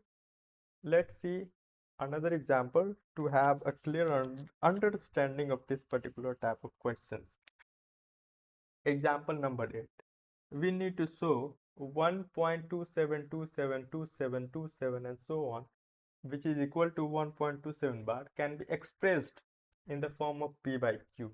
Why we are trying to do so? Because we have understood that if the digit is terminating, then it will be rational number. If it is non-terminating, recurring, then also it is rational number. So that's why we are trying to find out what is the form of P by Q it can be expressed in. So let's say x is equal to 1.272727 and so on. So 2727 is repeating itself. So what we want to do is that we want to uh, displace this decimal to here, so that the digit which is repeating itself uh, can be displaced from here. Like this is decimal, we want to put it here by multiplying with 100. So if we multiply with 100, the 127.272727, this will be like this. So if we just want to displace the repeating blocks before the decimal, means suppose decimal 2.2727 is repeating, we want to put it aside, means put it on different side, like 127.272727. So we want to displace this particular decimal from here to here, from here to here. Let me use the pen over here to make you more clear. So we have 1.27, okay, 1.27272727 and so on, like this.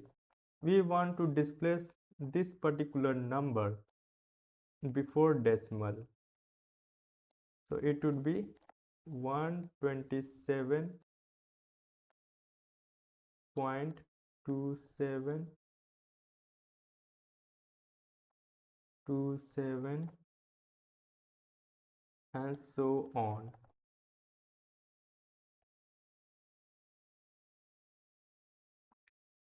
One point two seven can be written as, after displacing this decimal to here, it can be written like this. And how this decimal can be displaced here? By multiplying by 100.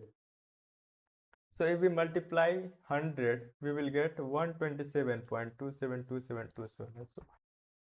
But with the help of this particular number, we want to write it in the form of this number. So if we add 126 in this, 126 in this, we will get this particular number. So let me get my arrow back. So 126, if we add 1.2727 in 126, we will get 100x. So 100x can be written as 126 plus this is x. So 126 plus x. So 100x minus x is equal to 126. It means what? That 99x is equal to 126. X is equal to 126 divided by 99. So yeah, this is in the form of p by q. You can check this is actually equal to 1.27272.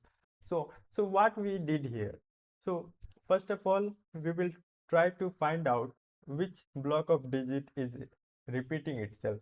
Then we have to shift the decimal side, where in such a manner that the repeating block is before the decimal, like repeating block 27 is before the decimal. Okay, so in order to do so, we can use multiplication by 100, 1000, 10 and so on, whatever is required. And then uh, we have to add certain number in x to find that particular 100x. Like we have 1.272727, and how we can get 127.2727. So in order to get this, you will have to add 126. Add 126. So 126 plus x will be 100x. So 100x minus x will be 126, and 99x would be 126. So from here we can easily get the value of x. So this is the way you have to solve this. Now again, one more question. I will recommend you to try this once.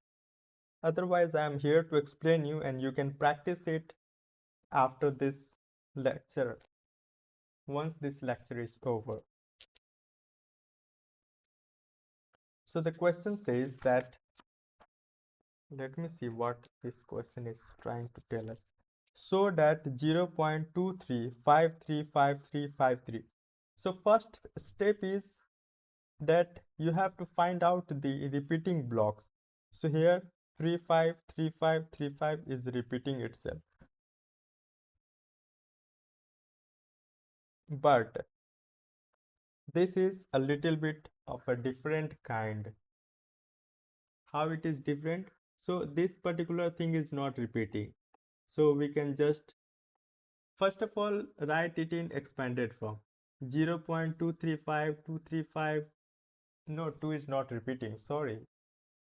Let's draw so that you can understand better.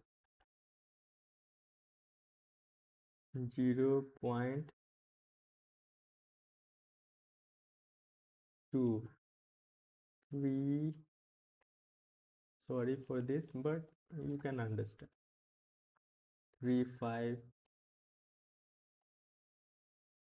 3535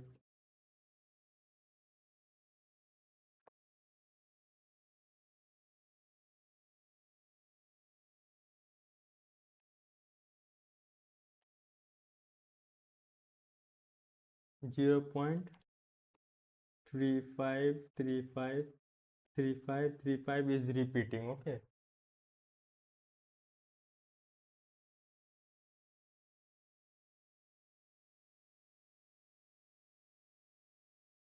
0.23535353535 is repeating itself. So our aim is to make to shift a decimal in such a manner that it is very simple to find out p by q, to represent it in the form of p by q. So let's try to understand. We have 0.0.23 bar. So it can be written as 0.2353535. So you can also see that 535353 is repeating. 535353 is repeating. So how we can shift this decimal?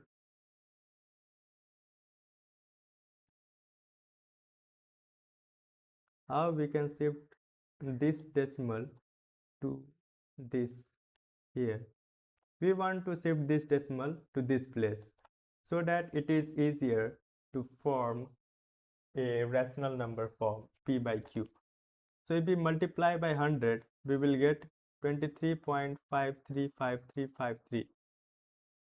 Now we want to get this particular number with the help of this number.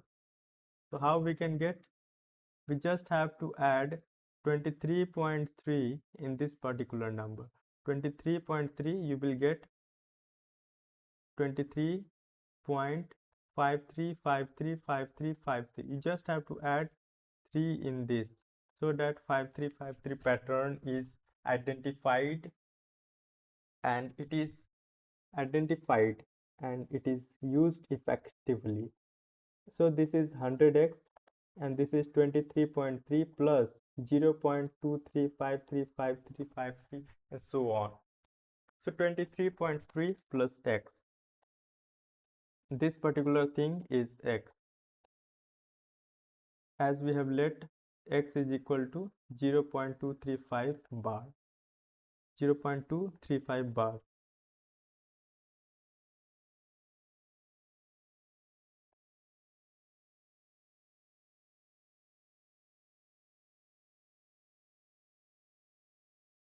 So now we just have to solve for x.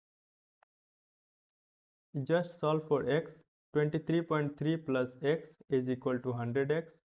So 99x is equal to 23.3 and x is equal to 233 by 10, which gives x is equal to 233 by 90, 990. So let me summarize what we have did here.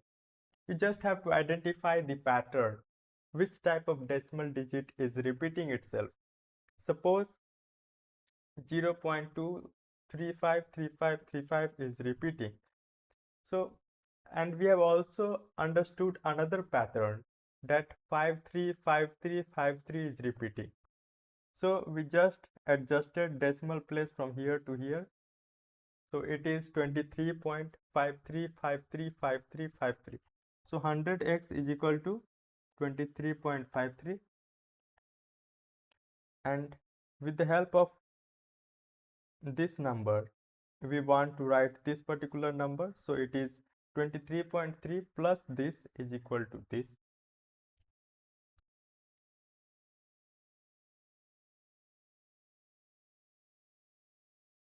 So 99x is this, and now we can easily solve for x, and x is equal to 233 divided by 990. So in this manner you can actually practice these type of questions.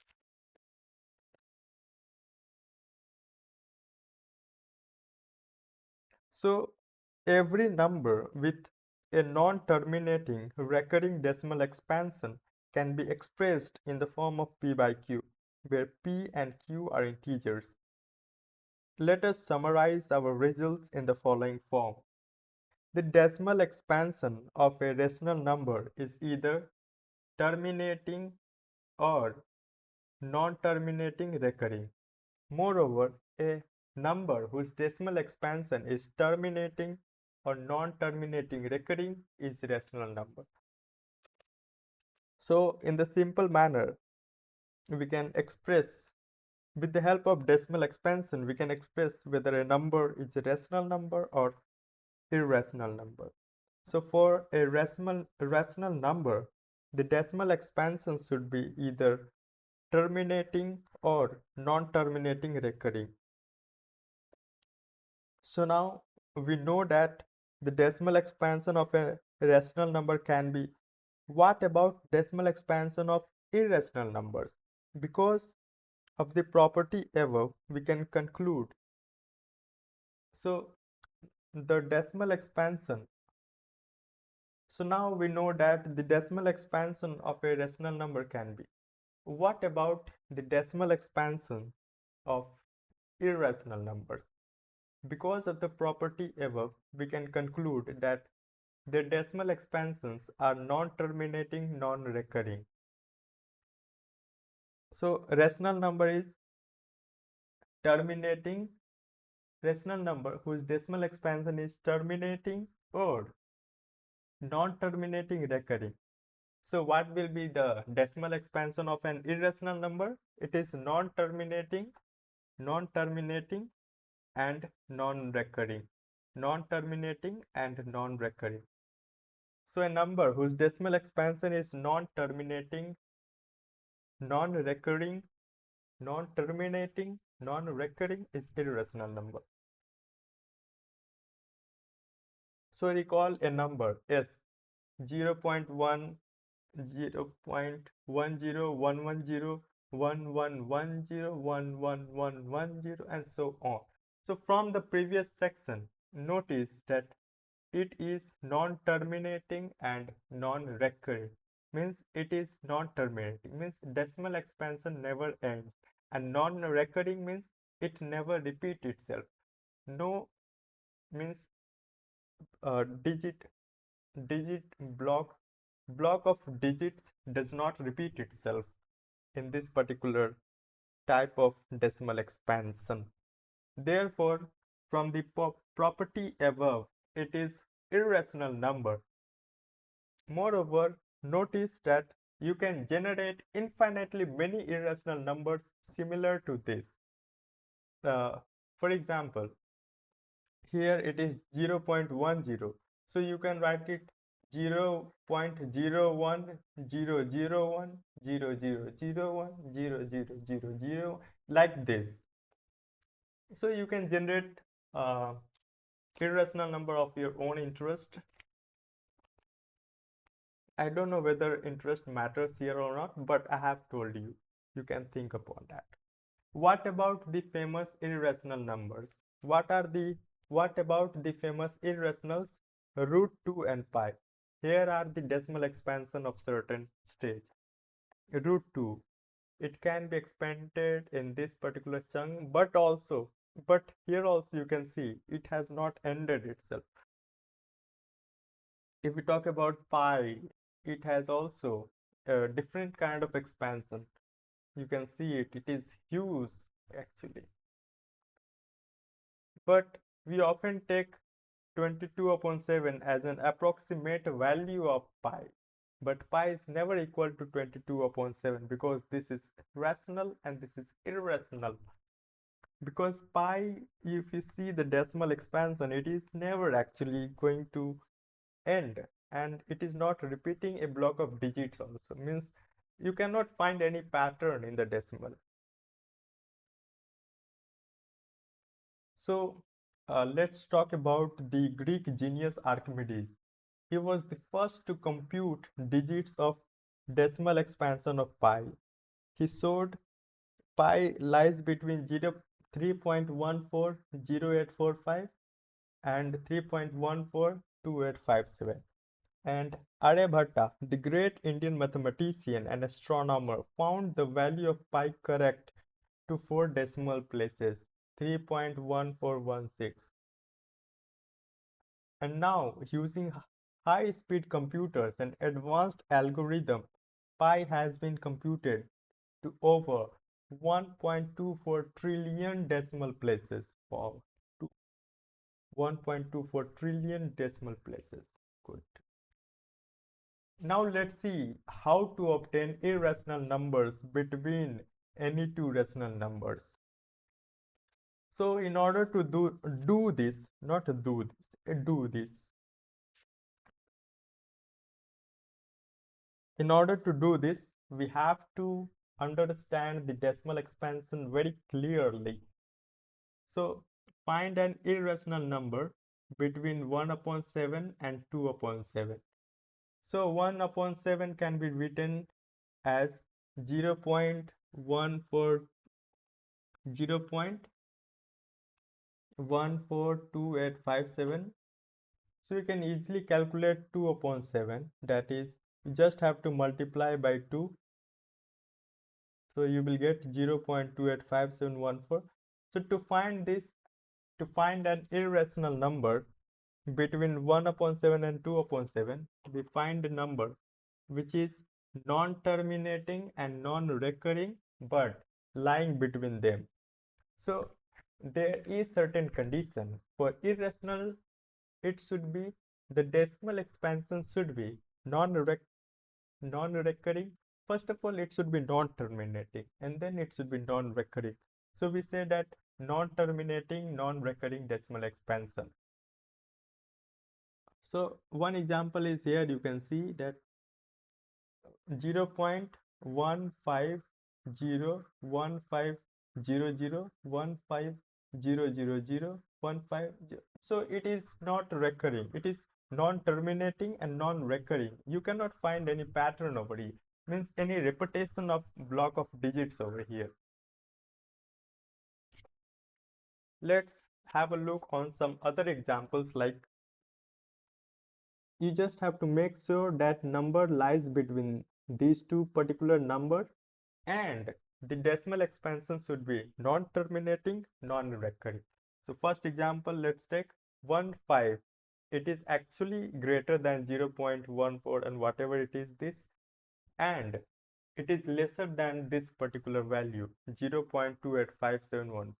So these three numbers lie between these two particular decimal expansions. You can have a look on this, but there is certain thing which you need to keep in your mind to write non-recurring, non-terminating decimal expansion. 0.15 and then 10, 5, then 20, then 5, then 30, then 5, then 40, means 4 times 0, and then 5, then 5 times 0, and this will continue. Second is 1770, 7770, 77770. So what you are seeing that after each 0 there is an increase in number of 7. So you can make your own pattern, but it should be non-recurring. Non-recurring means you just have to avoid repetition of block of digits. Like whatever you have understood in rational number, say, you just have to ensure that it is non-terminating and non-recurring. Non-terminating means the decimal expansion never ends, and non-recurring means remainders does not repeat itself in a sequential manner. So let's solve exercise 1.3. This is actually a very long exercise, but we will able to easily solve these all questions, as I have already made you understand several concepts regarding this. So I think it would be easier actually, not easy, easier. But compared to what? Compared to next section.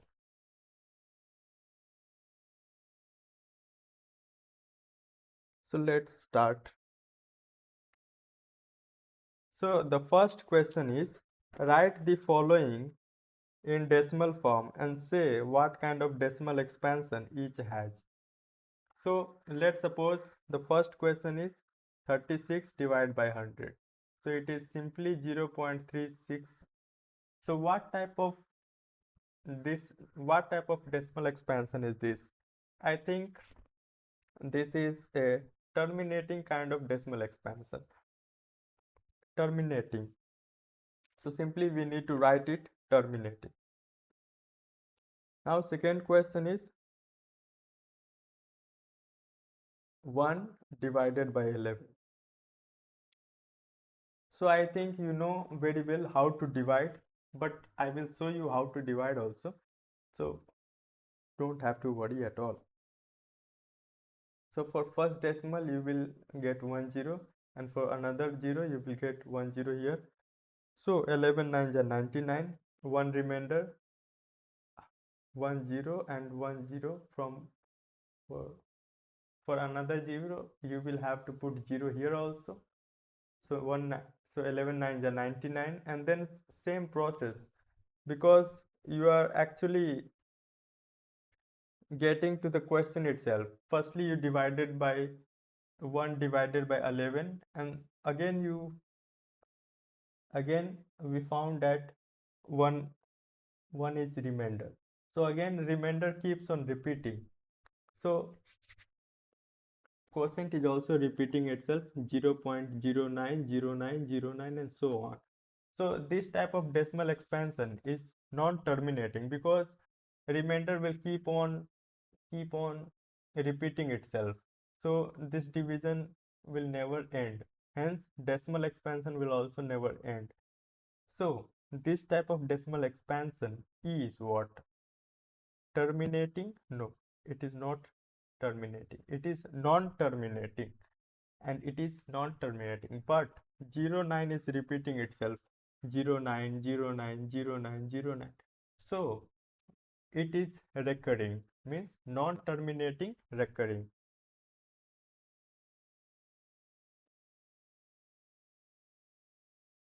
So third question, I think from here on you can easily go through this question.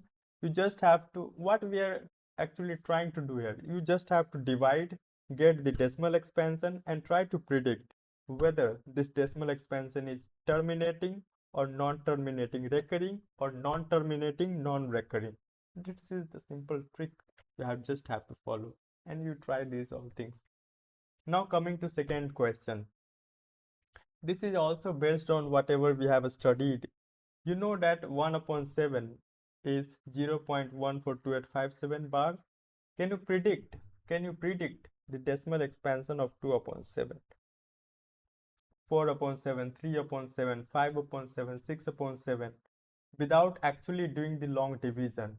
If so, how? This is the question. Let's try to understand this question. 1 upon 7. We are given 1 upon 7. It is 0.142857 bar. Now we are expected to find out the decimal expansion of 2 by 7, 3 by 7, 4 by 7, 5 by 7, 6 by 7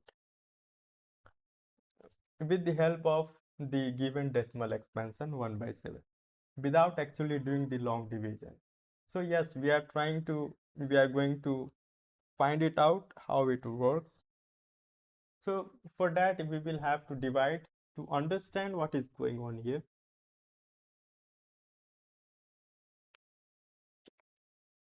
So let's suppose we have, so look here clearly.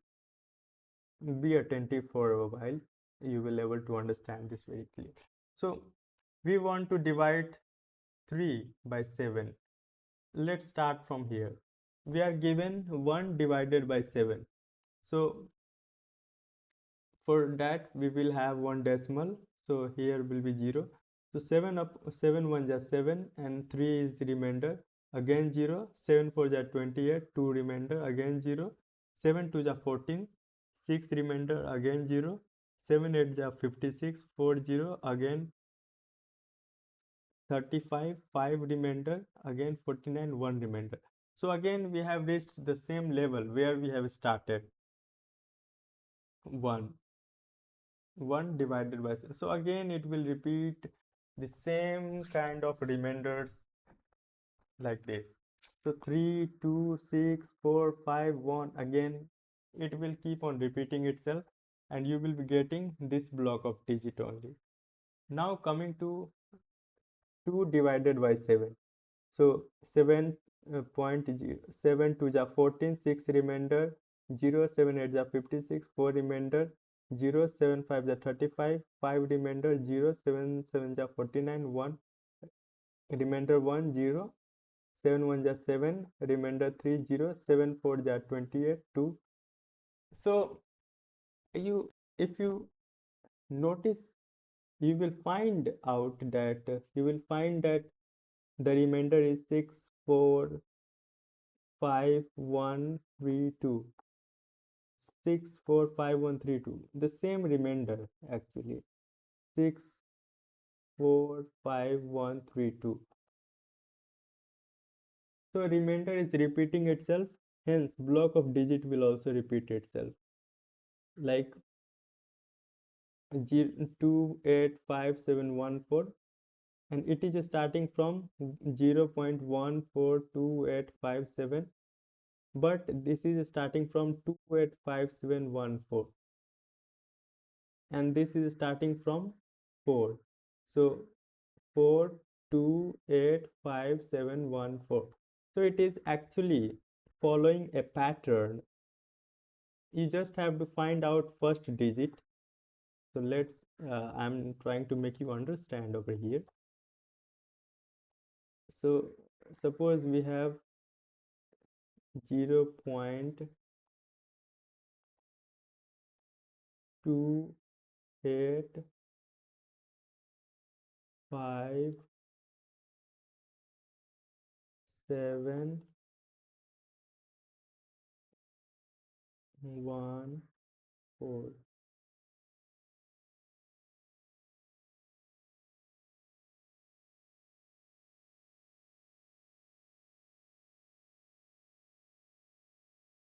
0.285714.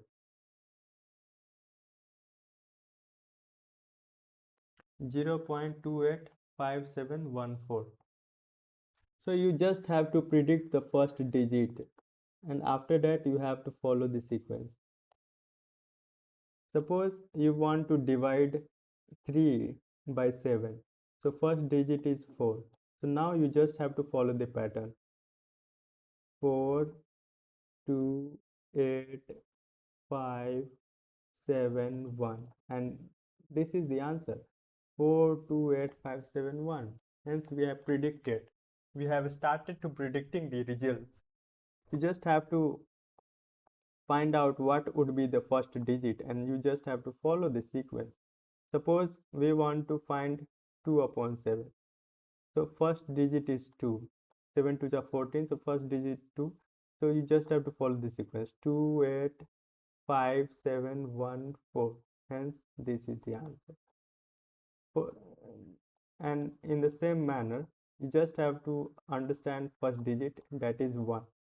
So 1 4, in sequence 1 4 2, okay, 2 8 8 5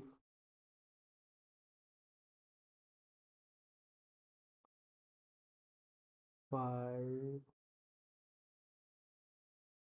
7 7, and then 1, and then 4. Hence this is the answer. So 1 4 is repeating itself. You don't have to consider this till 7.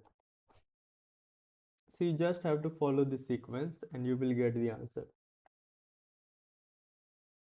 You just have to find out the first two digit, and then you have to follow the sequence. Suppose you started with 2. So 2 8 5 7 1 4. This is it. This is how you have to find.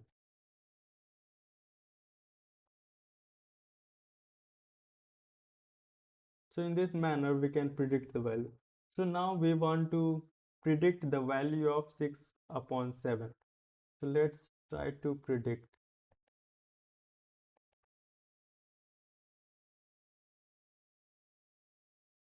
So first of all, we can observe that same digits are there after decimal: 8 2 4 1 5 7.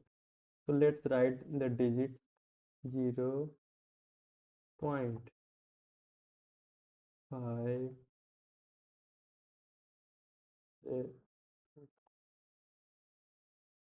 7, 1, 4, 2, 8. These are the digit after decimal. These are the digits. This is 5 actually. 5.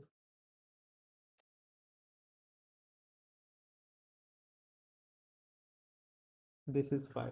So now we want to predict the value of 6 divided by 7. So you just have to predict the first value.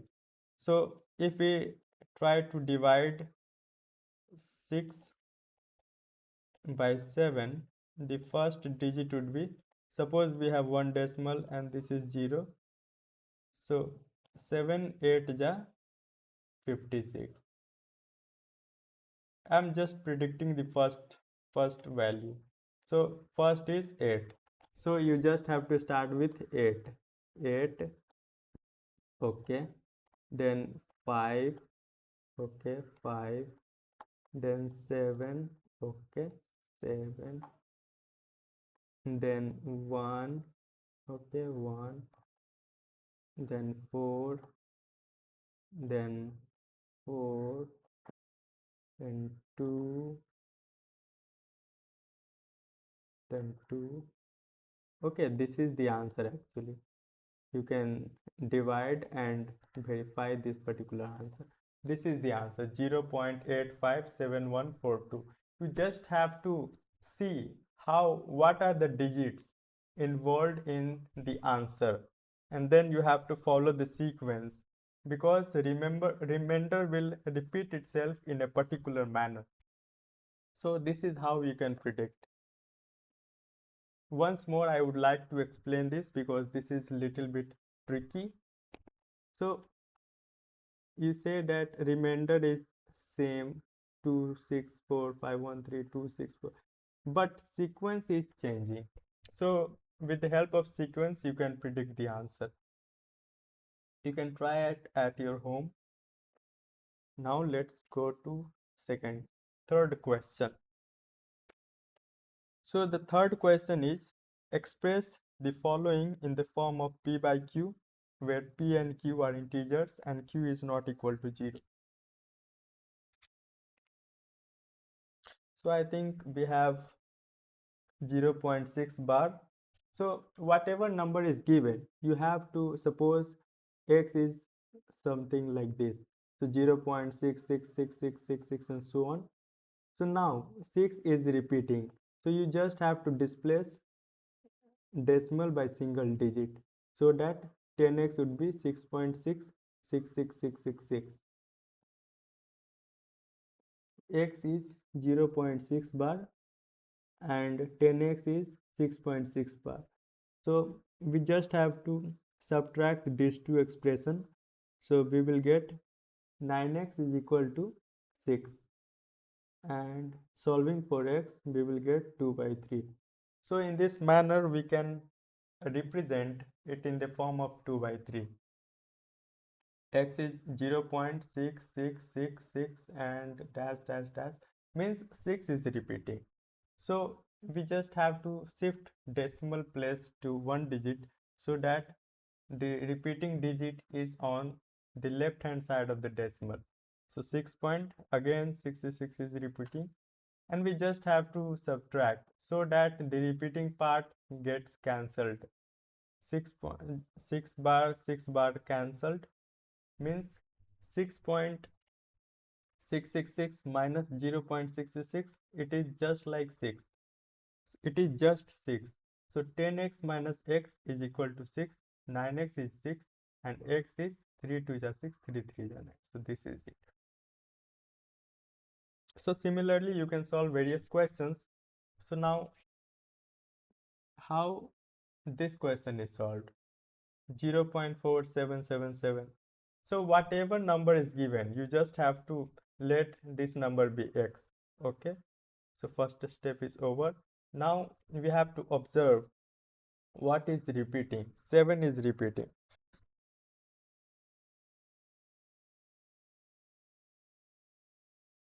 So 7 is repeating. So okay, 7 is repeating. So we have to do in a such a manner that this 4 is taken out of decimal, means left hand side of the decimal, and 7 is again repeating. So if we take the difference of 10x and x, it will be 4.3. So the difference between 10x and x is 4.3. So x is 0.4777 and 10x is 4.7777. So the difference will be 4.3. So 9x is 4.3 and x is 4.3 divided by 9, which is 43 by 90. And similarly, you can try this also. Like suppose this is given, so let it be x is equal to 0.001 001 001 001. It is repeating itself. So the first goal is to shift the decimal in such a manner that the digit which is repeating, the block of digits which are repeating, comes on the left hand side of the decimal. So I have solved it on next slide. So let's see.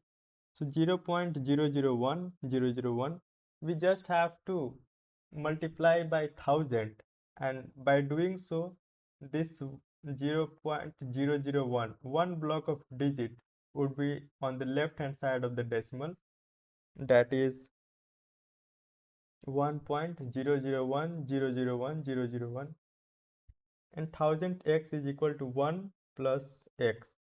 If we add 1 in this x, we will get this particular expression.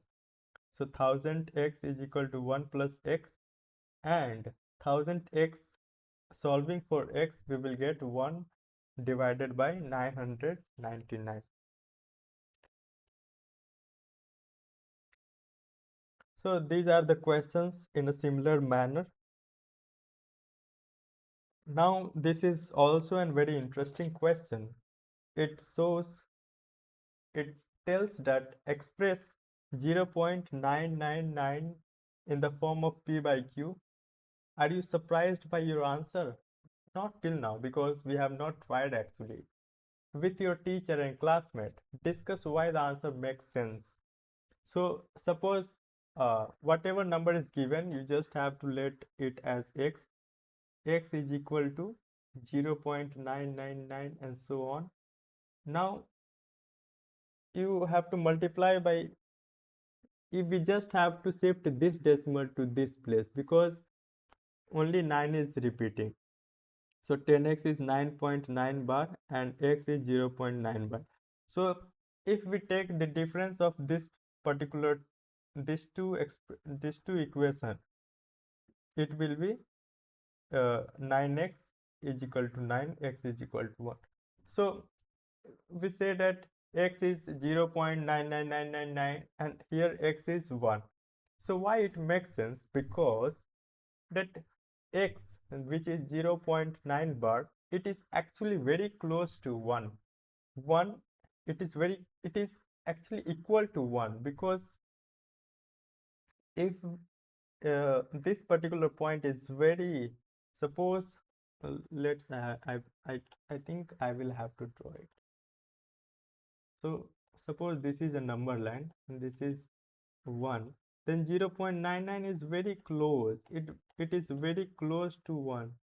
0.9 bar. It is very close to this.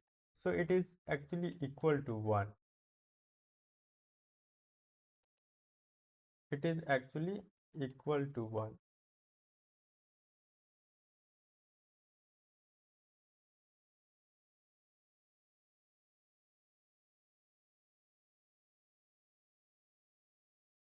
Actually it is let me see, where is my arrow? Okay, I've got my arrow back. Now why it makes sense, as I have already explained you, that 0.9 bar is actually very close to 1. So it is actually equal to 1. So in this manner you can explain this. I will explain you this question. This is for your homework. What can the maximum number of digits be in the repeating block of digits in the decimal expansion of 1 upon 17? Perform the division to check your answer. So in this question, you just have to divide 1 by 17, and you will get a lengthy division where a lot of digits is repeating itself. A block is repeating itself which consists of 15 to 16 digits, I think. I have done it, but you have to try it out at your own end so that you will be able to understand this very clearly. So let's move on to the next question. This is the simple division. You just have to do it and find out how many digits is repeating itself. Now, look at the several examples of rational numbers in the form of p by q, where p and q are integers with no common factor other than 1, having terminating decimal representation. Can you guess what property q must satisfy?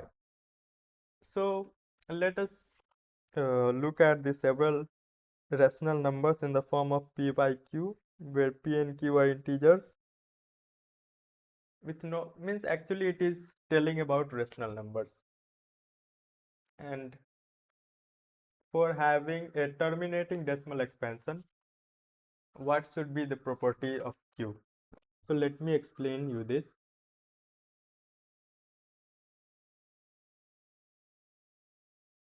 So for terminating, let's suppose we have a decimal expansion which is terminating 0.865. So it can be written as 865 divided by 1000. So it is actually a rational number. So if we want to find out the property of q, it is in the form of p by q.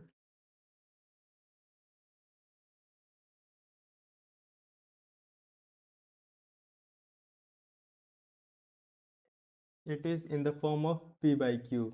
So let it be in a box. So this is actually a rational number, and we need to predict the property of q.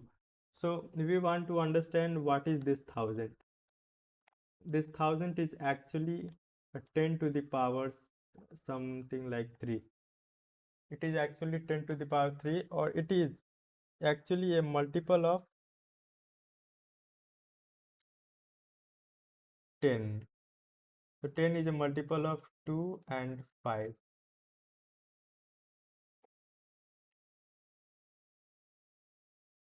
So 10 is a multiple of 2 and 5. I think it is getting very messed up. I'm messing up here. So let me try to explain once more.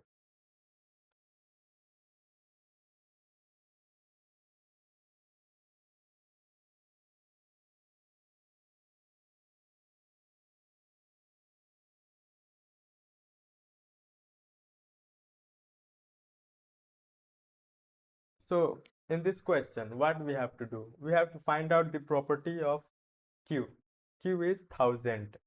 So what is the property of 1000? We need to think upon it. So for any terminating decimal, there need to be certain multiples of 10 in the denominator. So here it is 1000, and 10 is a basic multiplication of 2 and 5. So from here we can conclude that for any number to be terminated, there should be multiples of 10 on denominator, then only it can be terminated. So it should be multiple of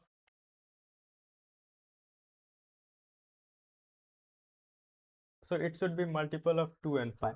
So in this table I would like to explain you that this is numerator this particular section is numerator, and this particular section is denominator.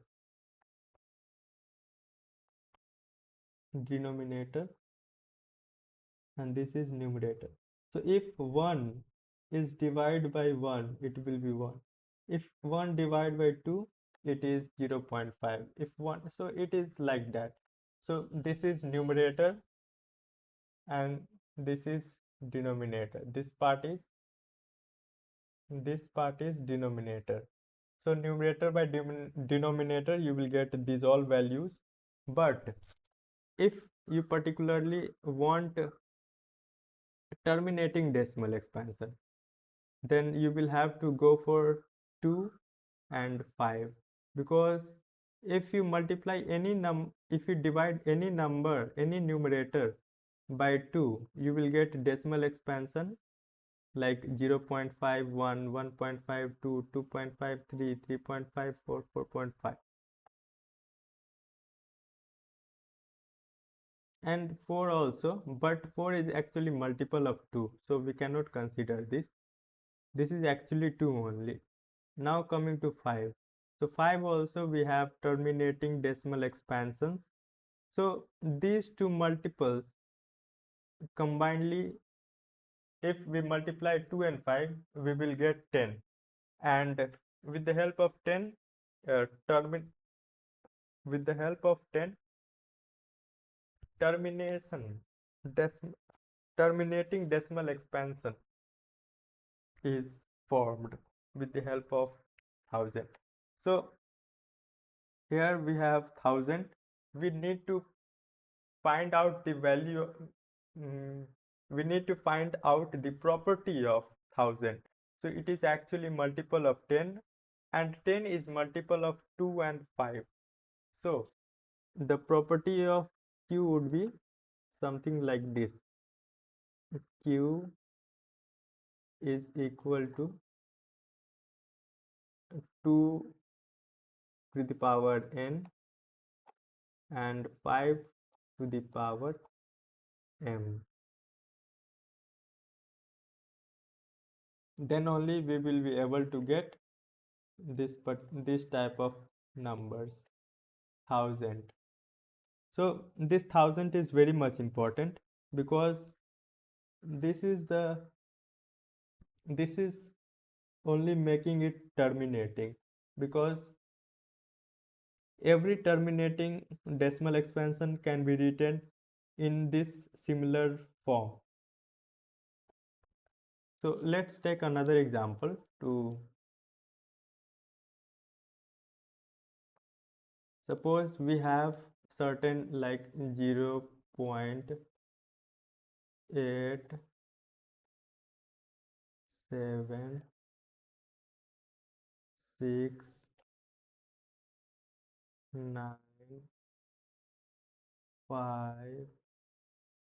like that. So it can be written as 8, 7, 6, 9, 5 divided by 1, 2, 3, 4, 5. So 1, 2, 3, 4 and 5. So again you can see that this particular decimal expansion is written in this form: 87695 divided by certain multiple of 10. So this can be written in the form of 2 to the power something like n and 5 to the power something like m.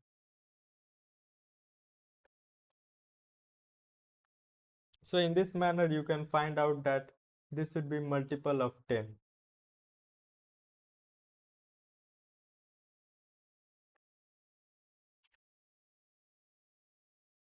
Now coming to the question number 7. Where is my arrow? Let's get back my arrow. Okay, I have got my arrow back. So now solving question number 7, Write three numbers whose decimal expansion are non-terminating, non-recurring. So actually here the question is trying to ask you what are irrational numbers you know. So I have listed out three irrational numbers on the screen. You can see root 2, root 3, root 5. These are the decimal expansion. If you see the decimal expansion of root 2, root 3, root 5, all will be non-terminating and non-recurring. So we can see that these are the irrational numbers, and most of the numbers which are in root form, they are irrational numbers. Now coming to 8, question number 8. I am trying to give you certain hints and certain answers so that you can practice at your own end, at your own speed, and try to figure out what I'm making you understand, what I'm trying to make you understand. Write three numbers whose decimal expansions are, oh, this question is over. Find question number 8.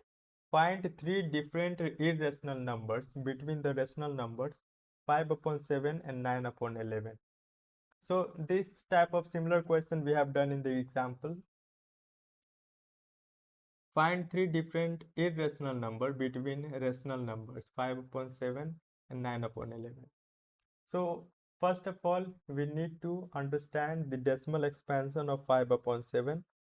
So I have already uh, done this long division, and this is 0.714285 and bar, because it will keep on repeating, because again we have started the same question, 5 divided by 7, this 5 divided by 7.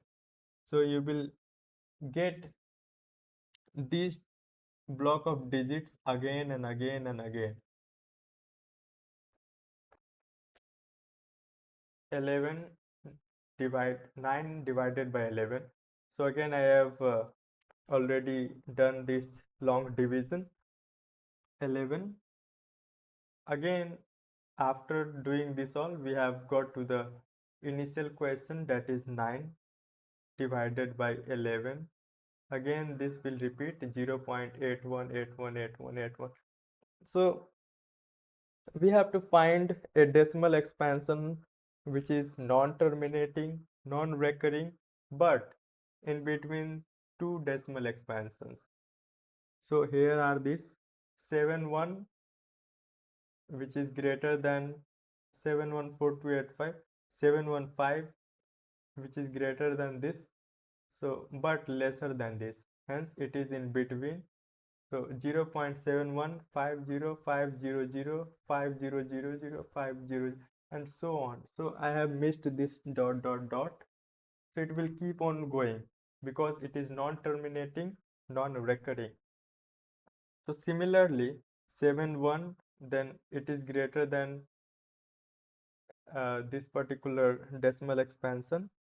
So 0.7151 5111 51111, and this type of pattern keeps on um, means this is a pattern. Suppose earlier you had only 1 and between these two 5 you have 2 times 1, and between these two 5 you have 3 times 1 and 4 times and 5 times, and similarly it will keep on increasing, but it will never repeat itself. Never repeat itself means a block of digit will not be repeated. Digit might repeat, but block of digit won't be repeated. And again this is closer to this one, 0.81. So 0.80, 800, 8000, and so on.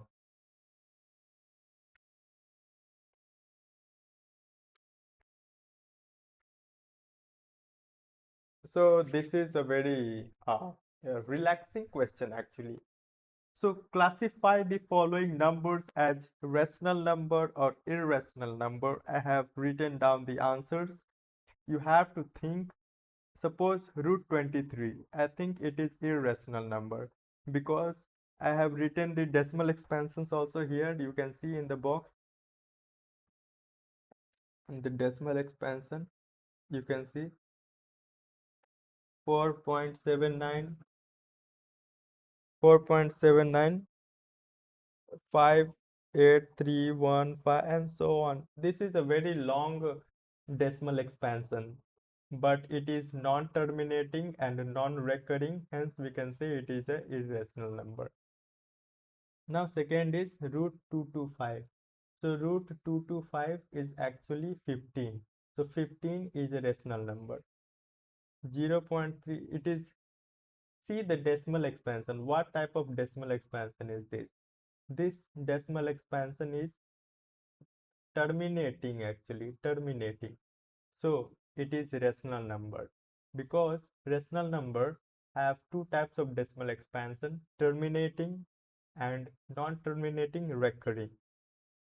So fourth number is 7.478, 478, 478, 47. So it is repeating itself. So it is non-terminating but recurring. So it is rational number.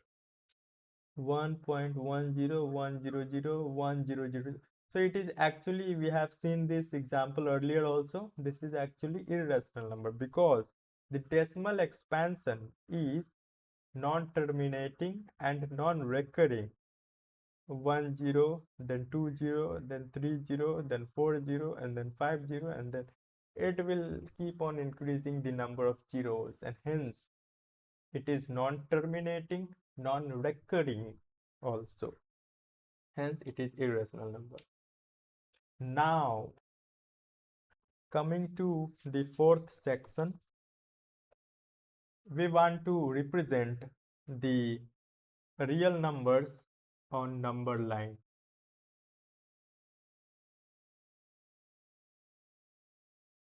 Representing real numbers on the number line, and after that we will be talking about operations on real number, and then we will be talking about the laws of exponents, and then the chapter will be over, I think.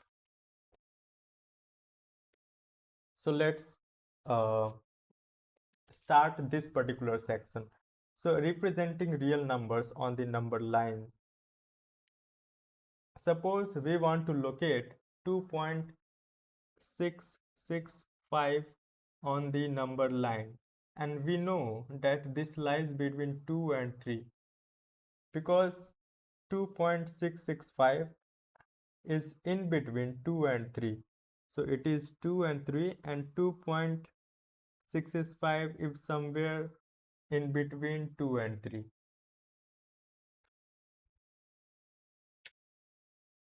So now further we want to find out 2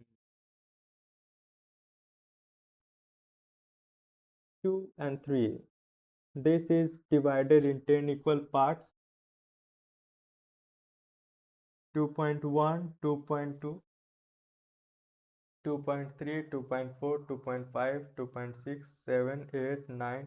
So whatever the length between 2 and 3 is, we just have to divide it in 10 equal parts and label in a similar manner as shown here: 2.1, 2.2, 2.3, 2.4, 2.5, 6, 7, 8, 9.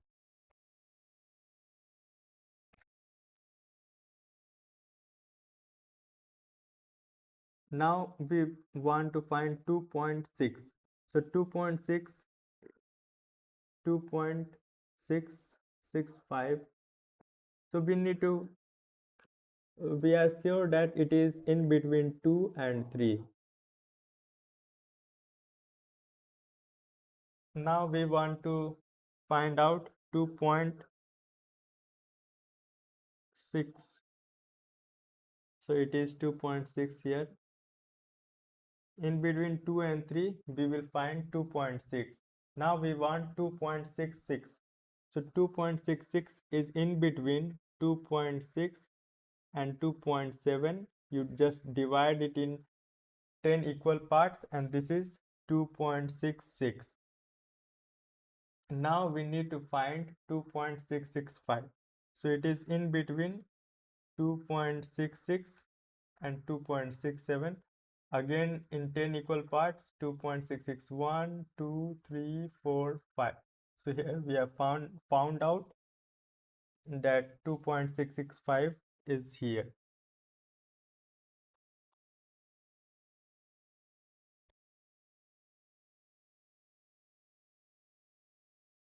So in order to understand this, let's visualize the representation of 5.7 bar on the number line up to 5 decimal places, that is up to, we have to represent 5.37777, means after 3 we have 4 times 7. So uh, first of all we know that 5.3 something is in between 5 and 6. So first step, it is in between 5 and 6. So first thing is clear that it is in between 5 and 6.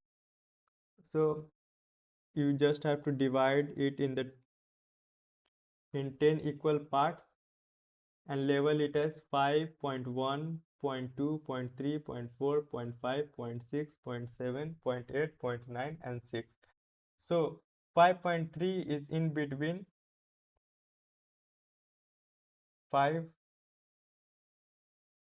8. 5.3 is in between 5 and 6. Then 5.37, it is in between 5.3 and 5.4. So again you have to zoom this out.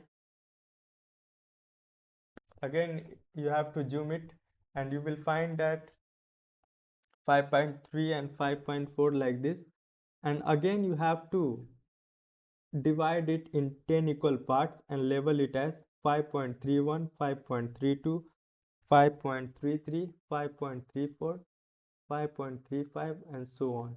So now you have to find 5.37. 5.37, it is 5.37. Okay, it is in between 5.34. Let me, where is my arrow? Okay, so first step is find out where is 5.3. So 5.3 is in between 5.5 and 6. Okay. Now we have to find out where is 5.37. So 5.37 is in between 5.3 and 5.4. Now we have to find out where is 5.377. So it is in between 5.37 and 5.38. Now 5.377, it is in between this, and successively by using the process of successive magnification you can find out how to, you can visualize this and you can easily locate the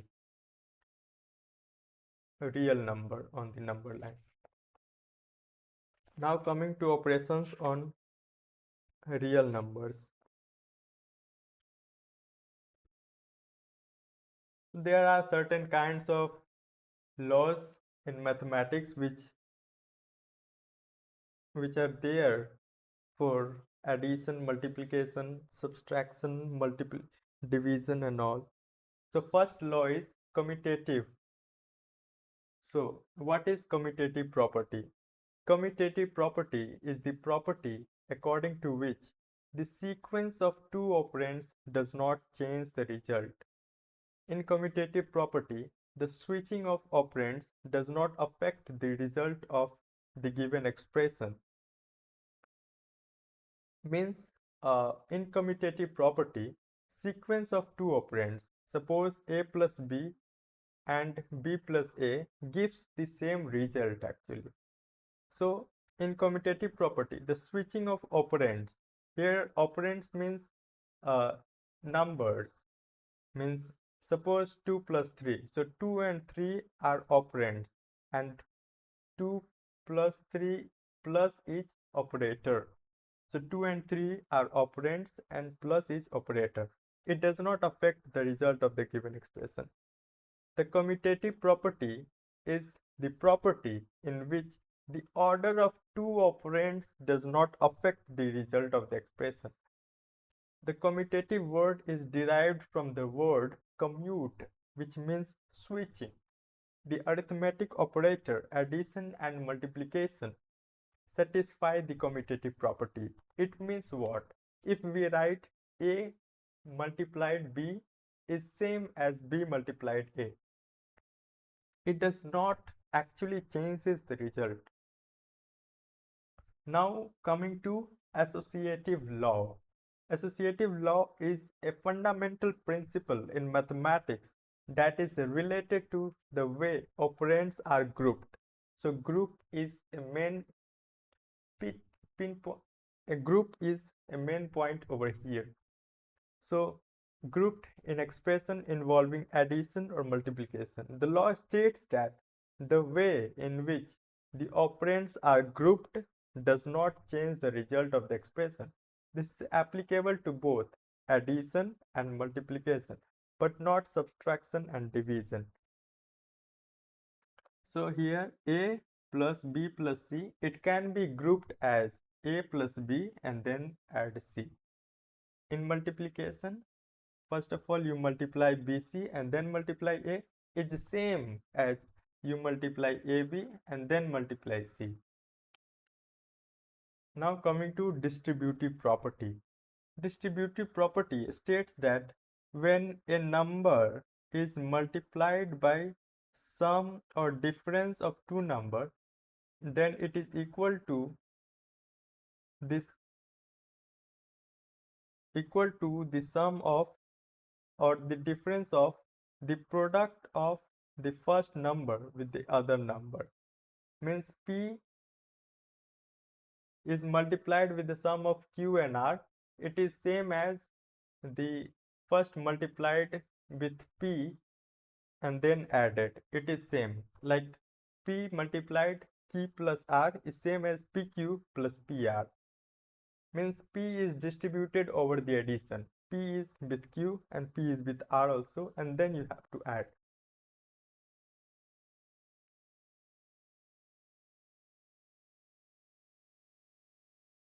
So you have learned in earlier classes that rational number satisfy commutative, associative, and distributive law for addition and multiplication. Means what? Means commutative means the order does not matter. A plus B is same as B plus A.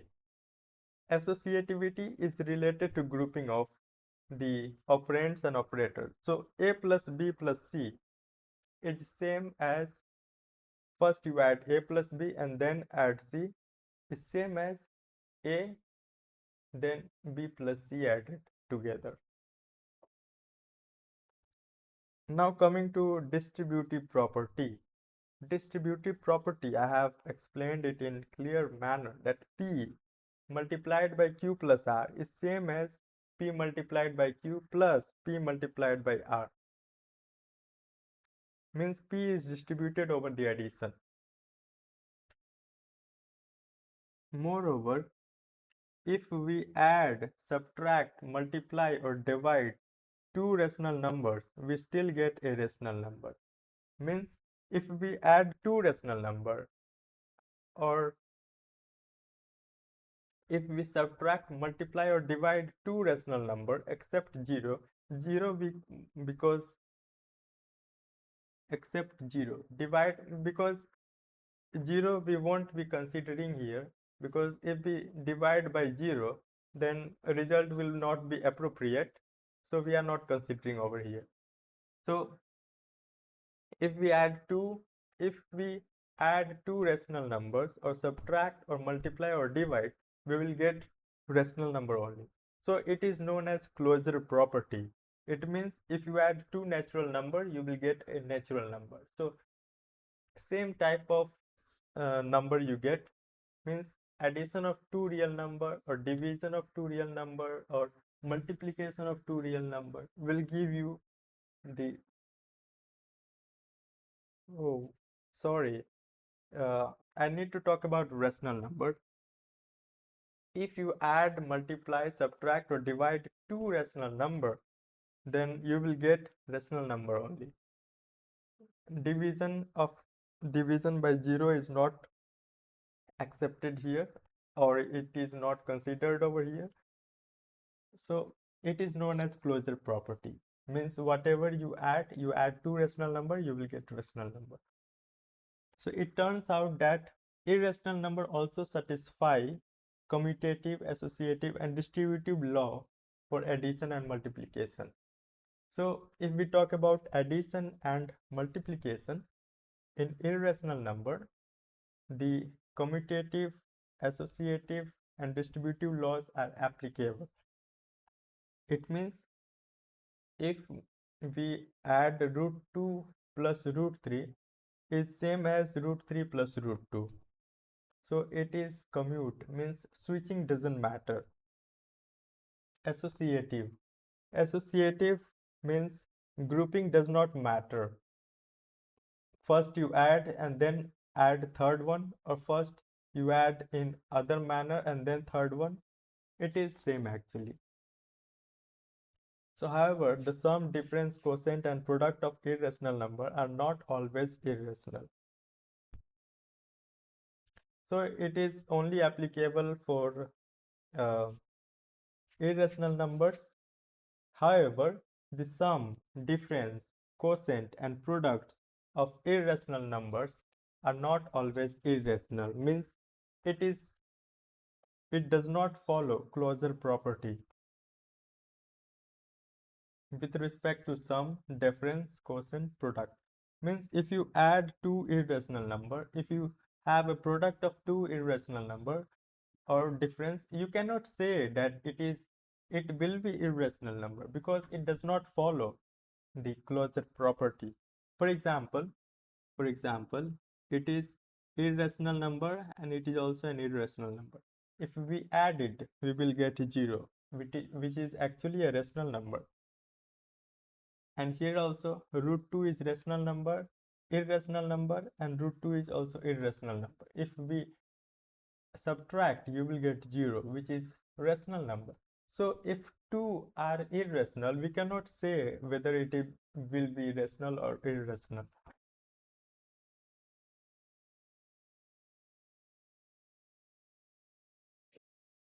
So another example is root 3 multiplied by root 3. So it is rational because root 3 and root 3 both are irrational, but if we multiply this, we will get 3, which is actually a rational number. So in this manner, we can say that irrational number does not follow closure property. Means if we add or subtract or divide or multiply two irrational number, we cannot say that it will be irrational number only. Let us look at what happens when we add, multiply a rational number with an irrational number. For example, root 3 is irrational number. What about 2 plus root 3 and 2 root 3? Since root 3 has non-terminating, non-recurring decimal expansion, the same is true for 2 plus root 3. Means root 3 have certain decimal expansions like 1.7342, something like that. And if you add 2, then also the decimal expansion remains same actually. So if it was non-terminating, non-recurring, then again it will be non-terminating, non-recurring only.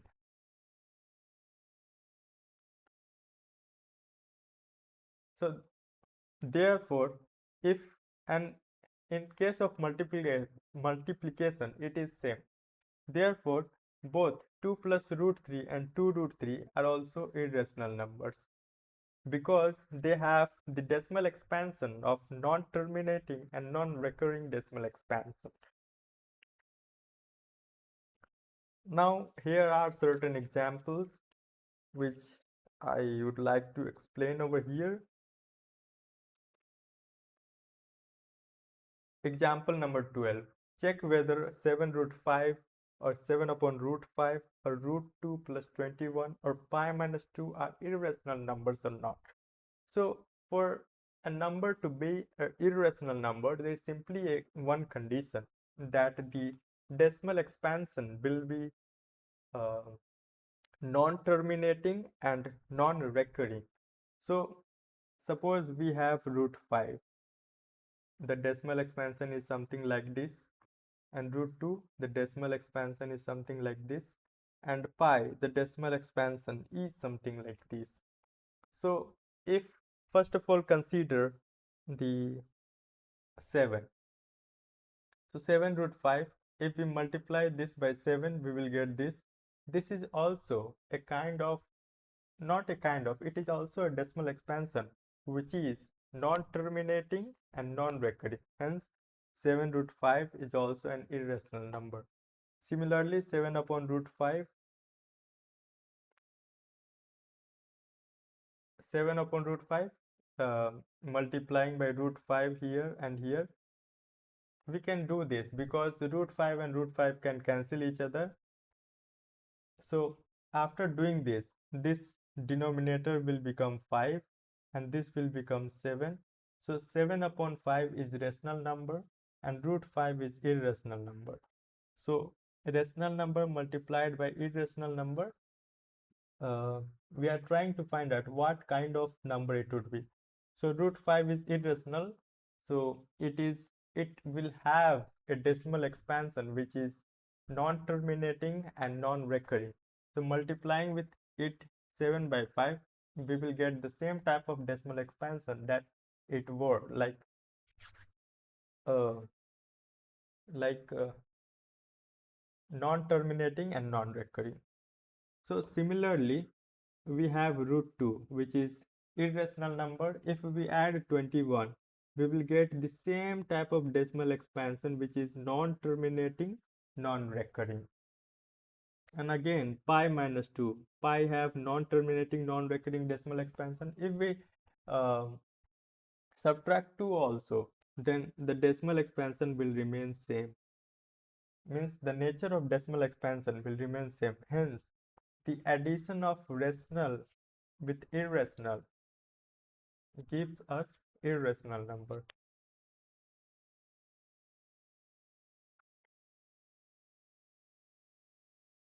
Now in example 13, we want to add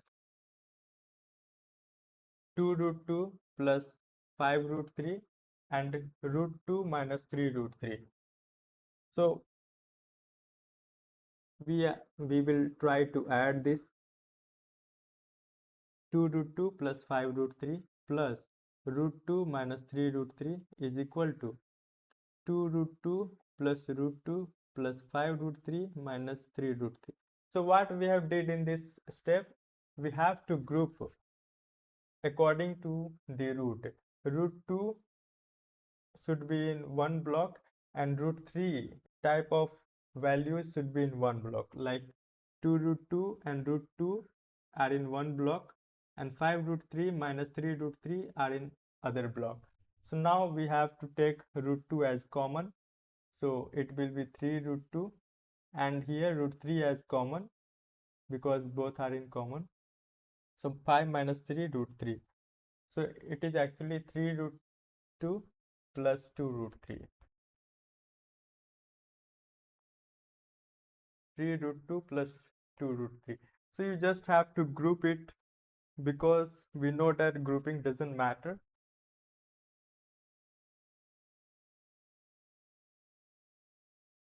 Now coming to example number 14 and 15.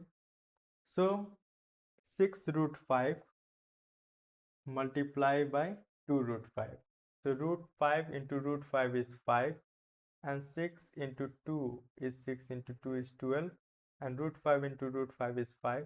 So it is actually 60. Now divide 8 root 15 by 2 root 3. So 8 root 3 into root 5 divided by root 3.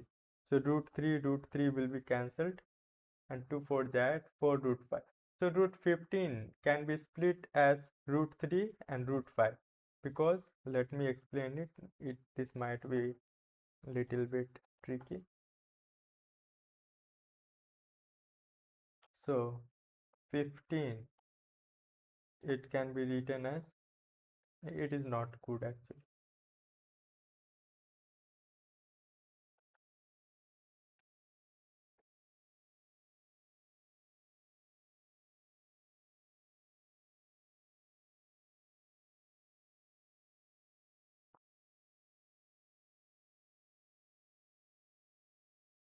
So root 15,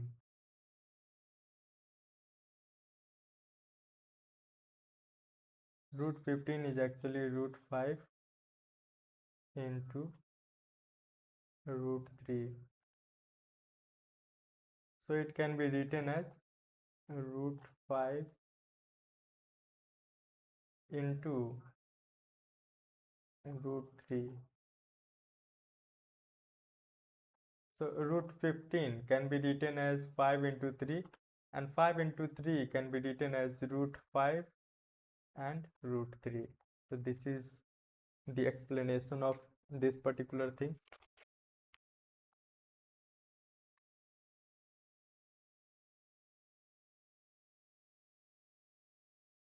So this example has been solved. Let's see what type of thing is left. So these examples, from this example we can say that the sum or difference of a rational number and an irrational number is irrational. So from this example we can say that the sum or difference of a rational number and irrational number is actually irrational number. So if we add a rational number to irrational number, then it will be irrational number. As we have seen in this example, the product quotient of non-zero rational number with the irrational number is also an irrational number. So similarly, if we add rational and irrational, we will get irrational number. And if we multiply rational number to irrational number, we will get irrational number. So this is the thing which we will have, which we need to look, which we need to notice in this question and example. So if we add, subtract, multiply or divide two irrationals, if we add, subtract or divide two irrational numbers, the result may be rational or irrational. So here we have got rational number and here we have got irrational number. So from here we can say that addition, subtraction, multiplication and division in case of two irrational numbers, the result may be rational or irrational. It is depending upon what is coming after the solution.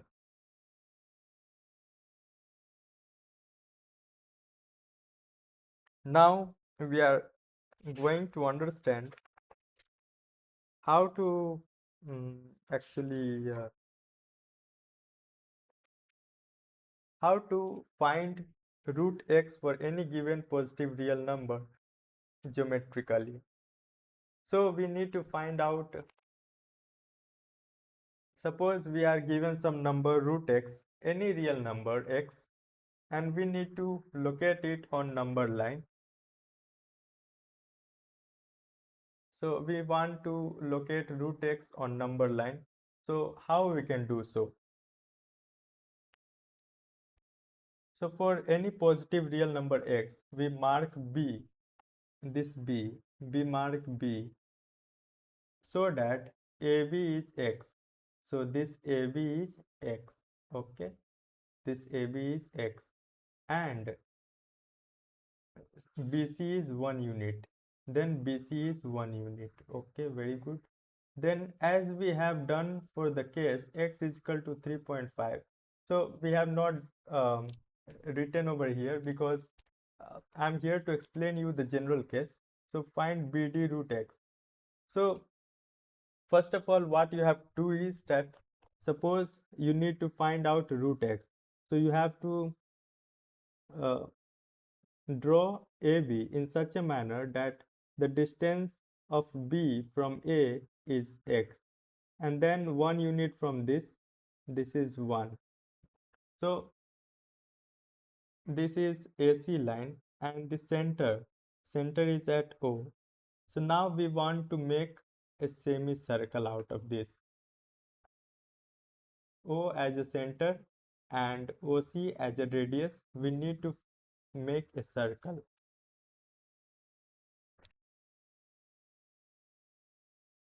We need to make a circle over here. So in this slide, you just have to understand that AB should be x and BC should be 1, and this is the center. It is in the uh, in between A and C, which is actually half of x plus 1 by 2. No, it is actually half of x plus 1, not x plus 1 by 2, sorry. So x, and then you have to just form the semicircle like this. We will see in the next slide. Okay.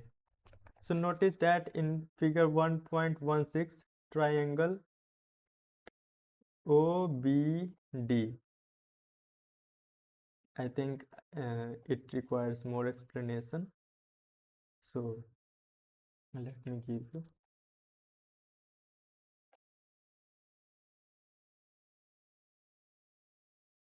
So suppose we want to find root x.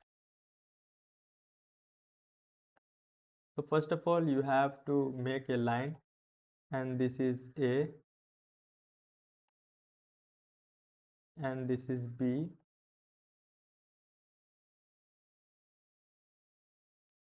and this distance is x. And again, you have to add 1 unit more, 1 unit more. And then you have to find the center of the middle point of this particular line. So suppose we have found the center like this. This is the center of this particular line. So we need to draw a semicircle by using this as a center, and let's say this is C and this is D. So CD as a radius, you have to draw a circle like this. CD as a radius, CD as a radius, CD as a radius, you draw a circle like this, and this distance is x,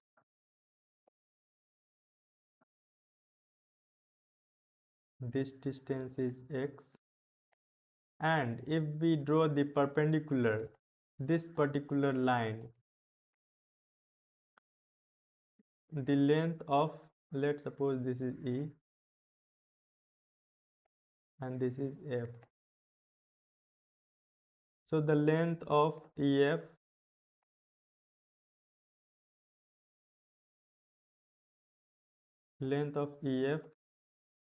is root x. This is the rough sketch of schematic, not schematic, rough sketch of the concept which I want to explain you. Now let's see what I have done in the last slide. So how to find root x for any given positive real number x geometrically. So a diagram part is clear, I think. First of all, you need to draw x, then 1 unit more, and then draw semicircle as O as a center and OC as a radius. So after doing this, you will get figure something like this. Now BD, now you have to draw a perpendicular at the B, and the intersection point is called as D. So BD is root x. BD is root x. Notice that triangle OBD is a right angled triangle. Okay, I have noticed this. Also, the radius of the circle is x plus 1 divided by 2. So this whole length AC is x plus 1. This whole length AC is x plus 1. Then the radius would be x plus 1 divided by 2. So okay, radius is x plus 1 divided by 2. Therefore, OD is also a radius. So OD will also be x plus 1 divided by 2. Okay, OD is x plus 1 divided by 2. So what about OB? So this whole length OC is x plus 1 divided by 2 and this length is x. So if we subtract x plus 1 by 2 from x, we will get this distance, that is x minus 1 by 2. So or you can also get this particular distance from this OC. So OC is what? OC is x plus 1 by 2 and BC is 1. So if we subtract 1 from x plus 1 divide by 2, you will get x minus 1 by 2. So this is the length of OB, x minus 1 divided by 2. Now we know that OD is x plus 1 by 2 and OB is x minus 1 by 2. So by Pythagoras theorem, we can say that BD square, this square is OD square minus OB square. So this is the formula, OD square minus OB square, and putting the value of OD is x plus 1 by 2. So x plus 1 by 2. Now OB is this particular length. This particular length is x minus 1 divided by 2. So OD square minus OB square. So it is equal to x. This shows that BD is equal to root x. This shows that BD square is x. This shows that BD is equal to root x.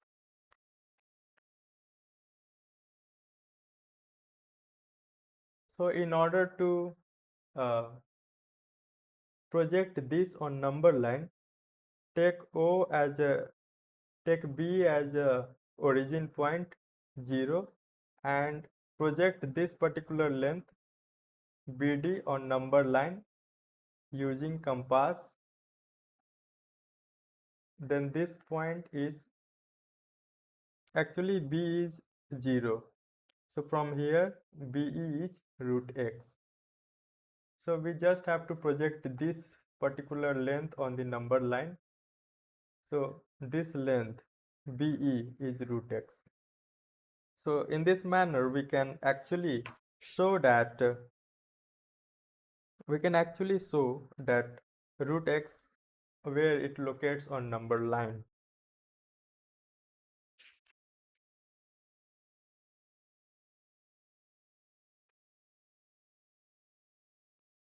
So we are left with some of the formulas which are important to know. There are certain identities related to square roots. Suppose we have root A, root B, under root AB. So under root AB, root splits up. So under root AB can be written as root A, root B. These are the identities relating to root, square root. So root AB is equal to square root A, square root B. And it also splits on division. So root A divided by root B. So this is the simple two identities. And third one is that in your earlier classes you might have learned that A plus B into A minus B is actually A square minus B square. So it is root A square minus root B square A minus B. Okay. A plus B into A minus B This is also on the same formula. So we can say that a square minus this square, this is root b. So root b squared is b. So this is simply a square minus b. So simply you just have to multiply it.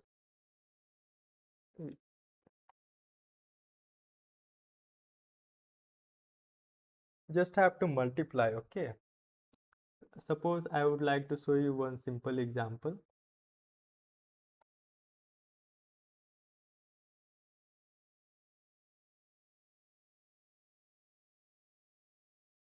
Root, I want to solve this particular question. Root a plus b, root c plus d. Okay. So suppose we have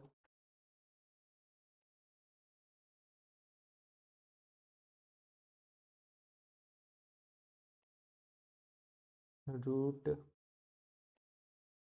a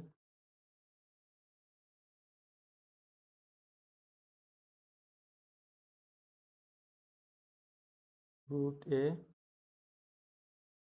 plus root b multiplied by root c plus root d.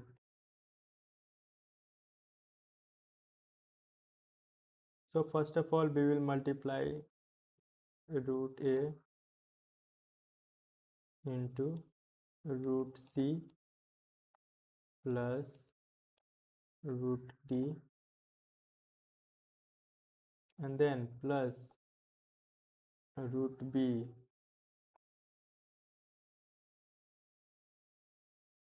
into root c plus root d.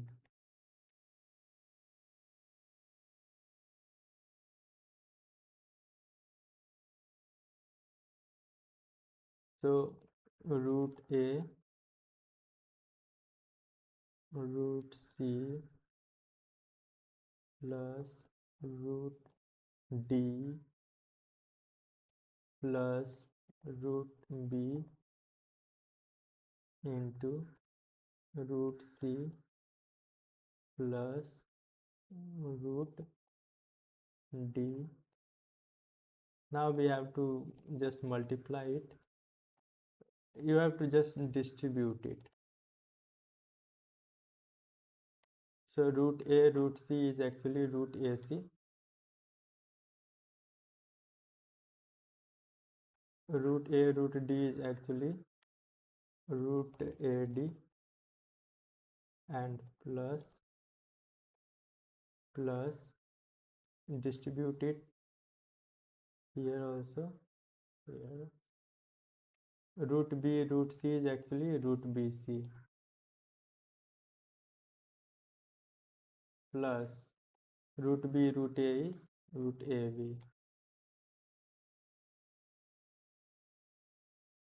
So this is the thing which we have to do, like, means you just have to multiply it, just normal multiplication, but you have to keep in mind that root ab is equal to root a root b, and root a root b is equal to root ab. Simple.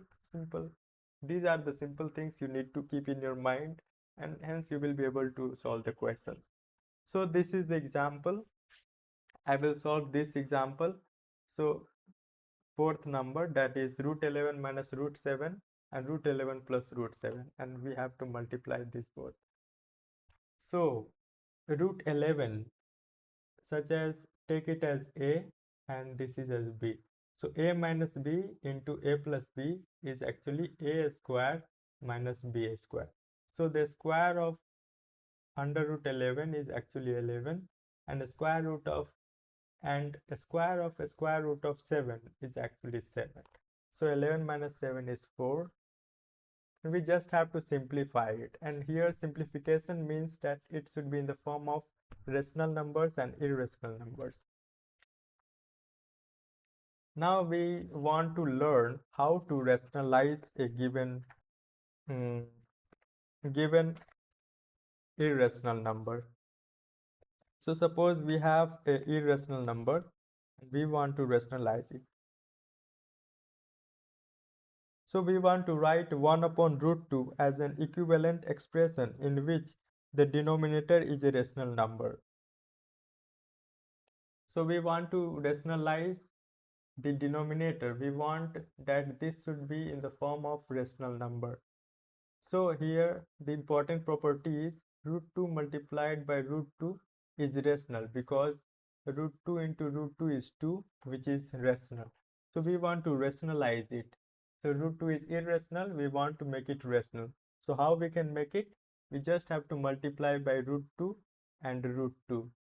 So root 2 by root 2 is 1, so we can multiply it to the 1 by root 2. So 1 by root 2 multiplied by root 2 into root 2, it is root 2 by 2. Because root 2 by root 2 is 1 and multiplying 1, it won't affect the expression. 1 by root 2 into 1 is 1 by root 2 only, so we can multiply it. In this form, it is easy to locate 1 by root 2 on the number line, because 1 by root 2 is same as half of root 2. So it is halfway between 0 and root 2. 1 half of root 2. 1 by root 2 is simply 1 half of root 2. So we can easily locate it on the number line, because it is half of root 2. It means if you have root 2 on the number line and 0 on the number line, then the point between in exactly between 0 and root 2 is actually 1 by root 2.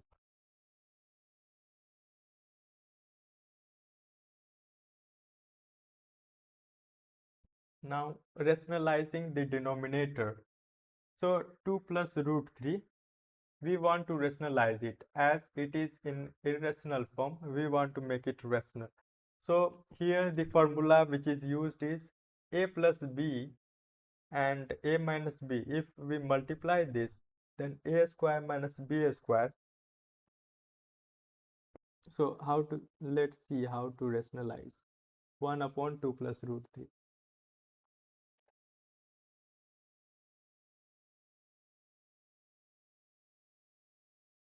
1 upon 2 plus root 3. 1 upon 2 plus root 3. So we just have to multiply it by 2 minus root 3. 2 plus root 3 multiplied by 2 minus root 3. So a plus b into a minus b is simply a square minus b square. Root 3 ka square is 3. Then we can get as 1 upon 4 minus 3 is 1. But it should be multiplied here also, 2 minus root 3. I have missed it, sorry for this. And so here it won't be 1, it will be 2 minus root 3. So I am just trying to tell you here is that a square minus b square is a plus b into a minus b. So this was the simple thing which I was trying to convey from here. So suppose we want to rationalize this particular number. So we just have to multiply and divide by 2 minus root 3. So we multiply and divide by 2 minus root 3, we will get 2 minus root 3, which is easy to understand because we know the value of root 3. We can locate root 3 and we just have to we can locate 2 and we just have to reduce the length equal to root 3. So this is in easier form. This is little bit trickier to understand, but this can be understood easily. So in the same manner, you can rationalize it. Root 3 minus root 5, you just have to multiply and divide by root 3 plus root 5, and you will get something like this. In the same manner, you just have to remember the formula: a square minus b square is equal to a plus b into a minus b. If a minus b is given, you just have to multiply with a plus b, and it will result in a square minus b square. So how it works, because most of the irrational numbers are in a square root form. So if we square it, root is removed, and thus we rationalize the denominator. So exercise 1.5, this is based on whatever example we have solved. I think you can do it. I will leave this particular for you. I will solve simple questions. Now simplify each of the following expression. So we just have to multiply, just have to spread 3 into 2 plus root 2 plus 3 root 3 into 2 plus, we just have to distribute it.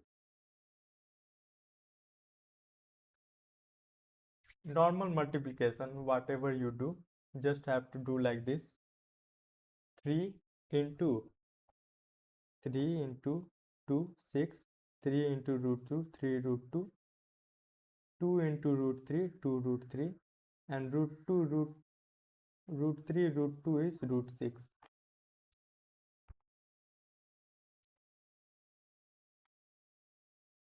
So this question is little bit interesting, but you have to understand. Recall pi is defined as ratio of circumference of a circle to its diameter. Pi is c by d. This seems that to contradict the fact that pi is irrational, how will you resolve the contradiction? So first of all, we need to understand what is circumference. So the formula for circumference is 2 pi r. So pi is already involved in this, and d is equal to 2r. So c by d is pi. So this ratio might be seen as rational, but it is not rational because pi is irrational. Because in circumference only a pi is involved, and if we take the ratio, pi is left, and pi is what? Irrational number. So the C is actually irrational number.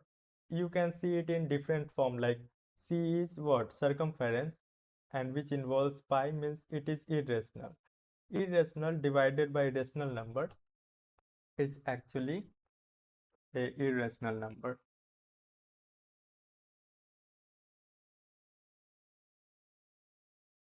The product or quotient of a non-zero rational number with an irrational number is irrational number. So C and D. So we have to understand what is C. C is circumference, which is irrational number, and D is diameter, which is 2r, which is rational number. So if we take the ratio, then pi is left, which is irrational number. So you can defend like this.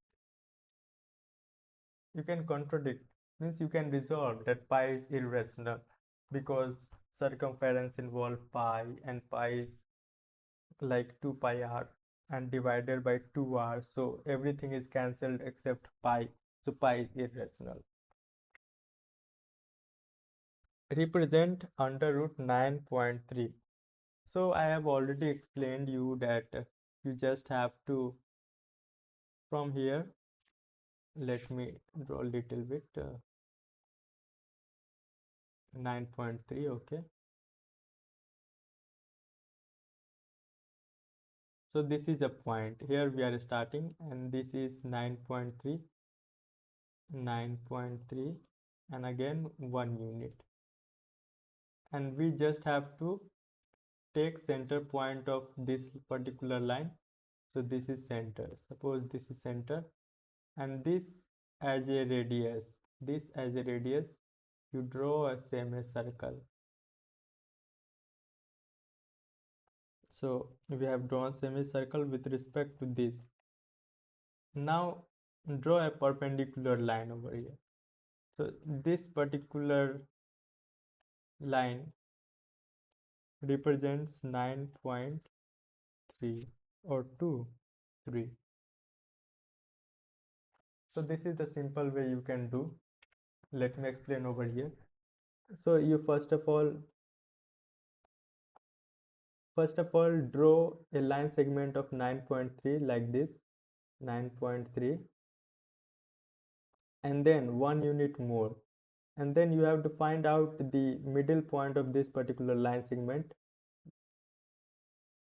and then as a center you draw a semicircle and draw a perpendicular from here. You will get root x, and again from here, if you project this particular BD length and B as a origin, you will get BE as root x, means 9.3. So as I have told you how you can rationalize it, you have to just keep in mind that if a minus b is given, you just have to multiply it with a plus b, and you will get a square minus b square. So one example I have already solved for you. We just have to include this root 5 minus root 2 extra and multiply and divide, because if you multiply, and you cannot multiply or divide according to yourself, we are multiplying with 1. So root 5 minus root 2 upon root 5 minus root 2 is cancelling each other, so it is not affecting the expression, so we can use this. So this will be 3, so 1 upon 3 under root 5 minus under root 2. This is this thing, this is the actual understanding. So this is very easy. I won't say easy, but it requires certain practice, and I think it is doable. Now coming to, there are certain rules you just have to understand. So first rule is that if you have same number like 17 here, 17 here, then you just have to add the powers. You just have to add the powers.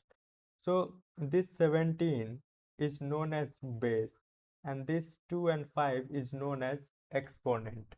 Okay, so if you multiply these two number like this, suppose 7 square, this is 17 into 17, 17 to the power 5, it means 17 multiplied 5 times with each other.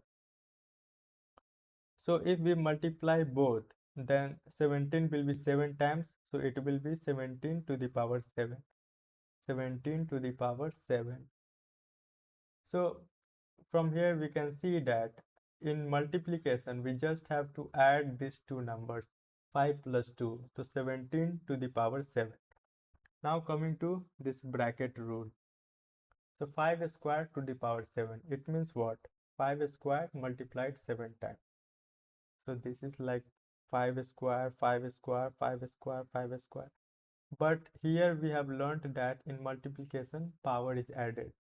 So let's add the whole power. So 2 plus 2 plus 2. How many 2 is there? 7 times 2 is there. So we just simply have to multiply with 2. So the rule is that if bracket is there, you just have to multiply both. 5, 2 into 7, 5 to the power 14. First rule is if it is in multiplication, you just have to add the power. And second rule is if bracket is there, you just have to multiply the powers. 7 to the 14, so 5 to the power 14. If it is in division, you have to divide you have to subtract the 7 from 10. So 10 minus 7, it is 3. So 10 can be written as 7 plus 3, and if it is addition, then it can be expressed in the terms of multiplication. 23 to the 7, 23 to the 3. So 23 to the power 7 is cancelled and 23 to the power 3 is left. So 23 to the power 10 means what? 23 is multiplied with itself 10 times. So it can be also written as 7 plus 3, 7 plus 3. So we know that if power is added, it means it is being multiplied. So 23 to the power 7 and 23 to the power 3 is multiplied, then only it might have come. So we can reverse this and get back 23 to the power 7 and 23 to the power 3. If power is added, we can write it in the form of multiplication like this. So we get this answer by cancelling this.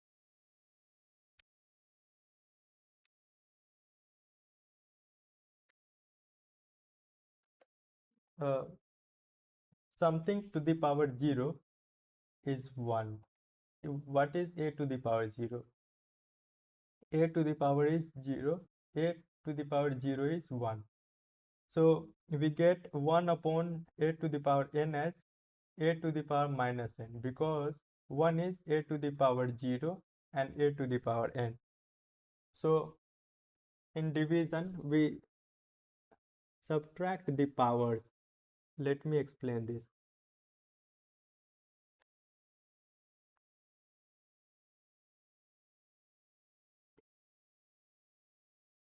We have 1 divided by a to the power n. It can be also written as a to the power 0 divided by a to the power n. But if it is written in the form of division, then power is subtracted. So a to the power 0 minus n. A to the power 0 minus n is a to the power minus n. So this is a to the power minus n.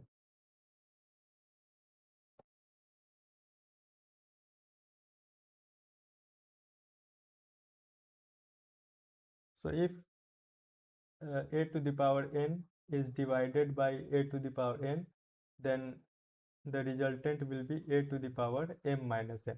So using same formula, we can say that 1 upon a to the power n is same as a to the power minus n. And we can now extend the laws of negative exponents too. If it is in multiplication, we just have to add. Then 2 minus 5 is minus 3, and minus 3 means 1 upon 17 to the power 3, because a to the power minus n is actually 1 upon a to the power n.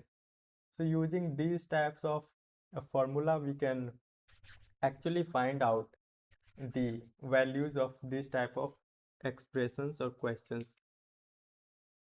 So I have explained here also, if it is in multiplication, then we just have to add the powers and we will get something like this. So if we add 17 to the power 2 plus minus 5, it will be 17 to the power minus 3, and 1 upon 17 to the power 3 is actually means negative power is actually written as 1 upon 17 to the power 3.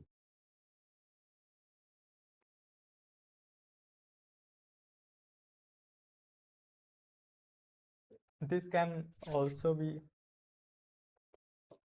so I want to explain you something like, in the language of exponents, we define n root a as a to the power 1 upon n.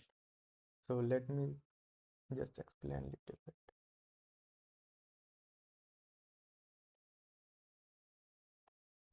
So if we have n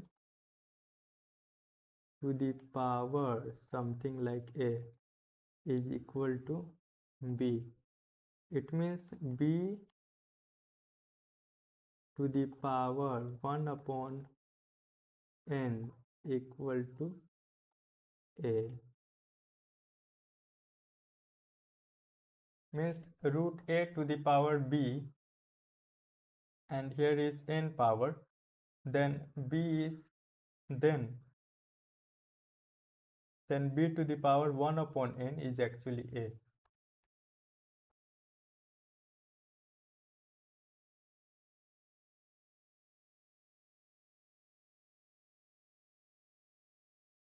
So suppose we define root a and here it is n, means a is equal to 1 upon n. So example is 2 cube root of 2 is actually equal to 2 and 1 upon 3. So in the last slide what I have written, okay.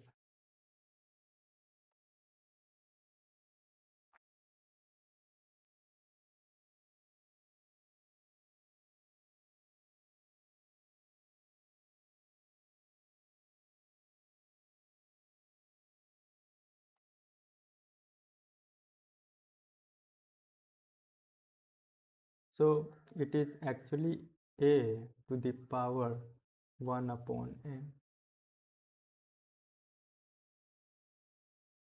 Root a to the power n is equal to a to the power 1 upon n. This is what we have tried to explain here. Root 2, and this is cube root of 2. Cube root of 2 is actually equal to 2 raised to the power 1 by 3. So if 2, if 4 is raised to the power 3 by 2 is actually, let me explain this. This requires certain clarification.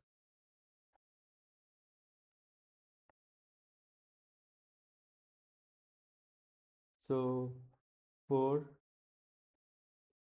raised to the power 3 by 2. So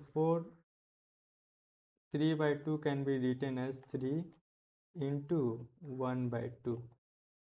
So if it is in the form of product, then it can be written like this: 4 3 into 1 by 2.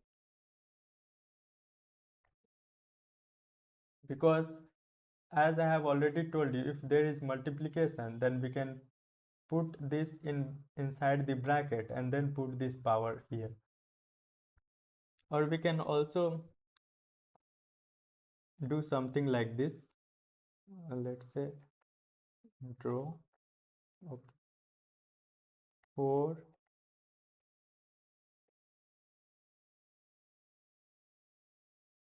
1 by 2 into 3. It is raised to power, it is not uh, with 4. So we can keep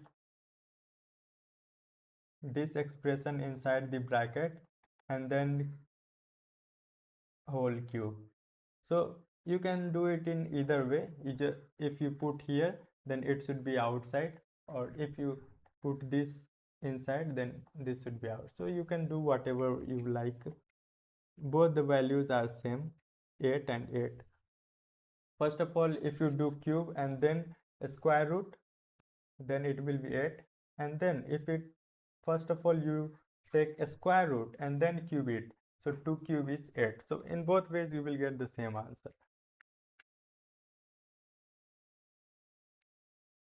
The simple rule is, if it is true for all the real numbers.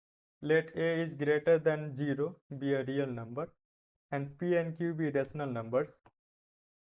If a is greater than 0 be a real number and p and q be rational number, then we have a to the power p into a to the power q as a times p plus q. A to the power p to the power q is actually a to the power pq. So if we have two powers, then it simply multiplies. And if it is in the form of division, then the difference of power is taken. So a to the power p into a to the power q is equal to a to the power p plus q. And in division, it is difference. And in multiplication of same power but different bases, So it can be written as AB to the power P. So let me explain this.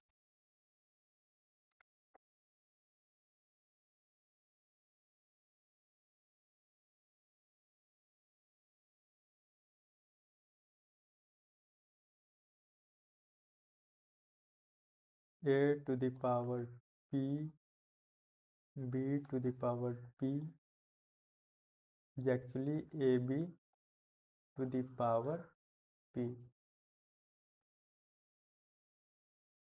It can be explained easily because if A is multiplied P times, suppose A like P times, and B is also multiplied by itself P times like this, then if we multiply these two, AB and AB, if we group like this, AB, AB, it will be also P times. So AB times P. AB times P, no, AB raised to power P means AB into AB into AB, P times. So here are certain examples. Let's try to solve a simple question. 2 to the power 2 by 3 into 2 to the power 1 by 3. If it is multiplication, we just have to add this. So if we add, we will get 1. So 2 to the power 1 is 2. So similarly, you can practice this type of questions, and I think that uh, made you, I have trained you in such a manner that you will be able to understand NCERT, and if you make a little bit of effort, then you will be able to solve various type of questions related to the uh, other books, and you will be able to understand uh, certain other books also. I have covered NCERT, and you can go through it. You can go through the slides if it is available on the YouTube description. I think I will try to make it available there also, means in the description box till the time uh, you can keep learning. Let's summarize the talk, whatever we have studied. So first we studied what are rational numbers. A number R is called a rational number if it can be written in the form of P by Q, where P and Q are integers and Q is not equal to 0. So a number R is called rational number only if P and Q are integers and Q is not equal to 0, and it can be written in the form of P by Q. Second, we studied what are irrational numbers. If it cannot be written in the form of P by Q, then and P and Q are integers and Q is not equal to 0, then it is an irrational number. And third point is the decimal expansion of a rational number is either terminating or non-terminating recurring. Why terminating? Means decimal expansion stops. In non-terminating, decimal expansion never stops, and it is recurring because certain block of digits keep on repeating. Moreover, a number whose decimal expansion is terminating, non-terminating, recurring, whose decimal expansion is terminating or non-terminating recurring is rational number. Fourth point is the decimal expansion of an irrational number is non-terminating, non-recurring.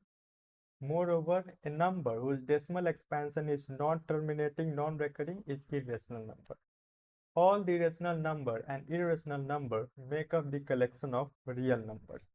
Means whatever rational numbers and irrational numbers are there, if we collect all the numbers, rationals and irrationals, then these are real numbers.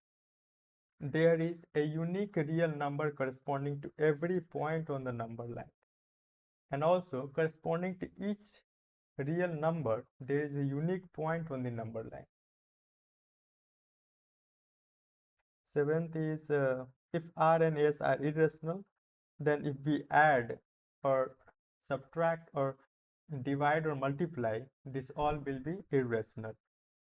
And then also these are the common formulas you might have already known. And for rationalization, you just have to use the formula. If a plus b is given, you just have to multiply it with a minus b here and a minus b here, multiply and divide, and then it can be easily be rationalized. So why do we rationalize? We rationalize because if it is not rationalized, it cannot be visualized easily.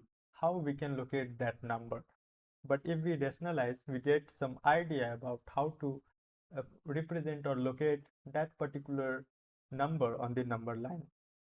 And here are the certain laws of exponents. If it is in multiplication, you just have to add if bases are same. And a should be greater than 0. It should be greater than 0. A to the power p to the power q is actually a to the power pq. I have already proved this in this lecture. And if a to the power p is divided by a to the power q, then it is equal to a to the power p minus q. And 4 is a to the power p multiplied by b to the power p. If powers are same, then the bases are multiplied. A is multiplied p times with itself and b is multiplied by p multiplied by b p times itself. So if we combine ab, it will be p times itself. So if power is same, we just multiply the base and raise to the same power. Thank you for watching this complete lecture. I hope you understood my lecture well, and you can comment down below on my YouTube channel, NCRT Classroom. Thank you for watching this channel. Thank you very much.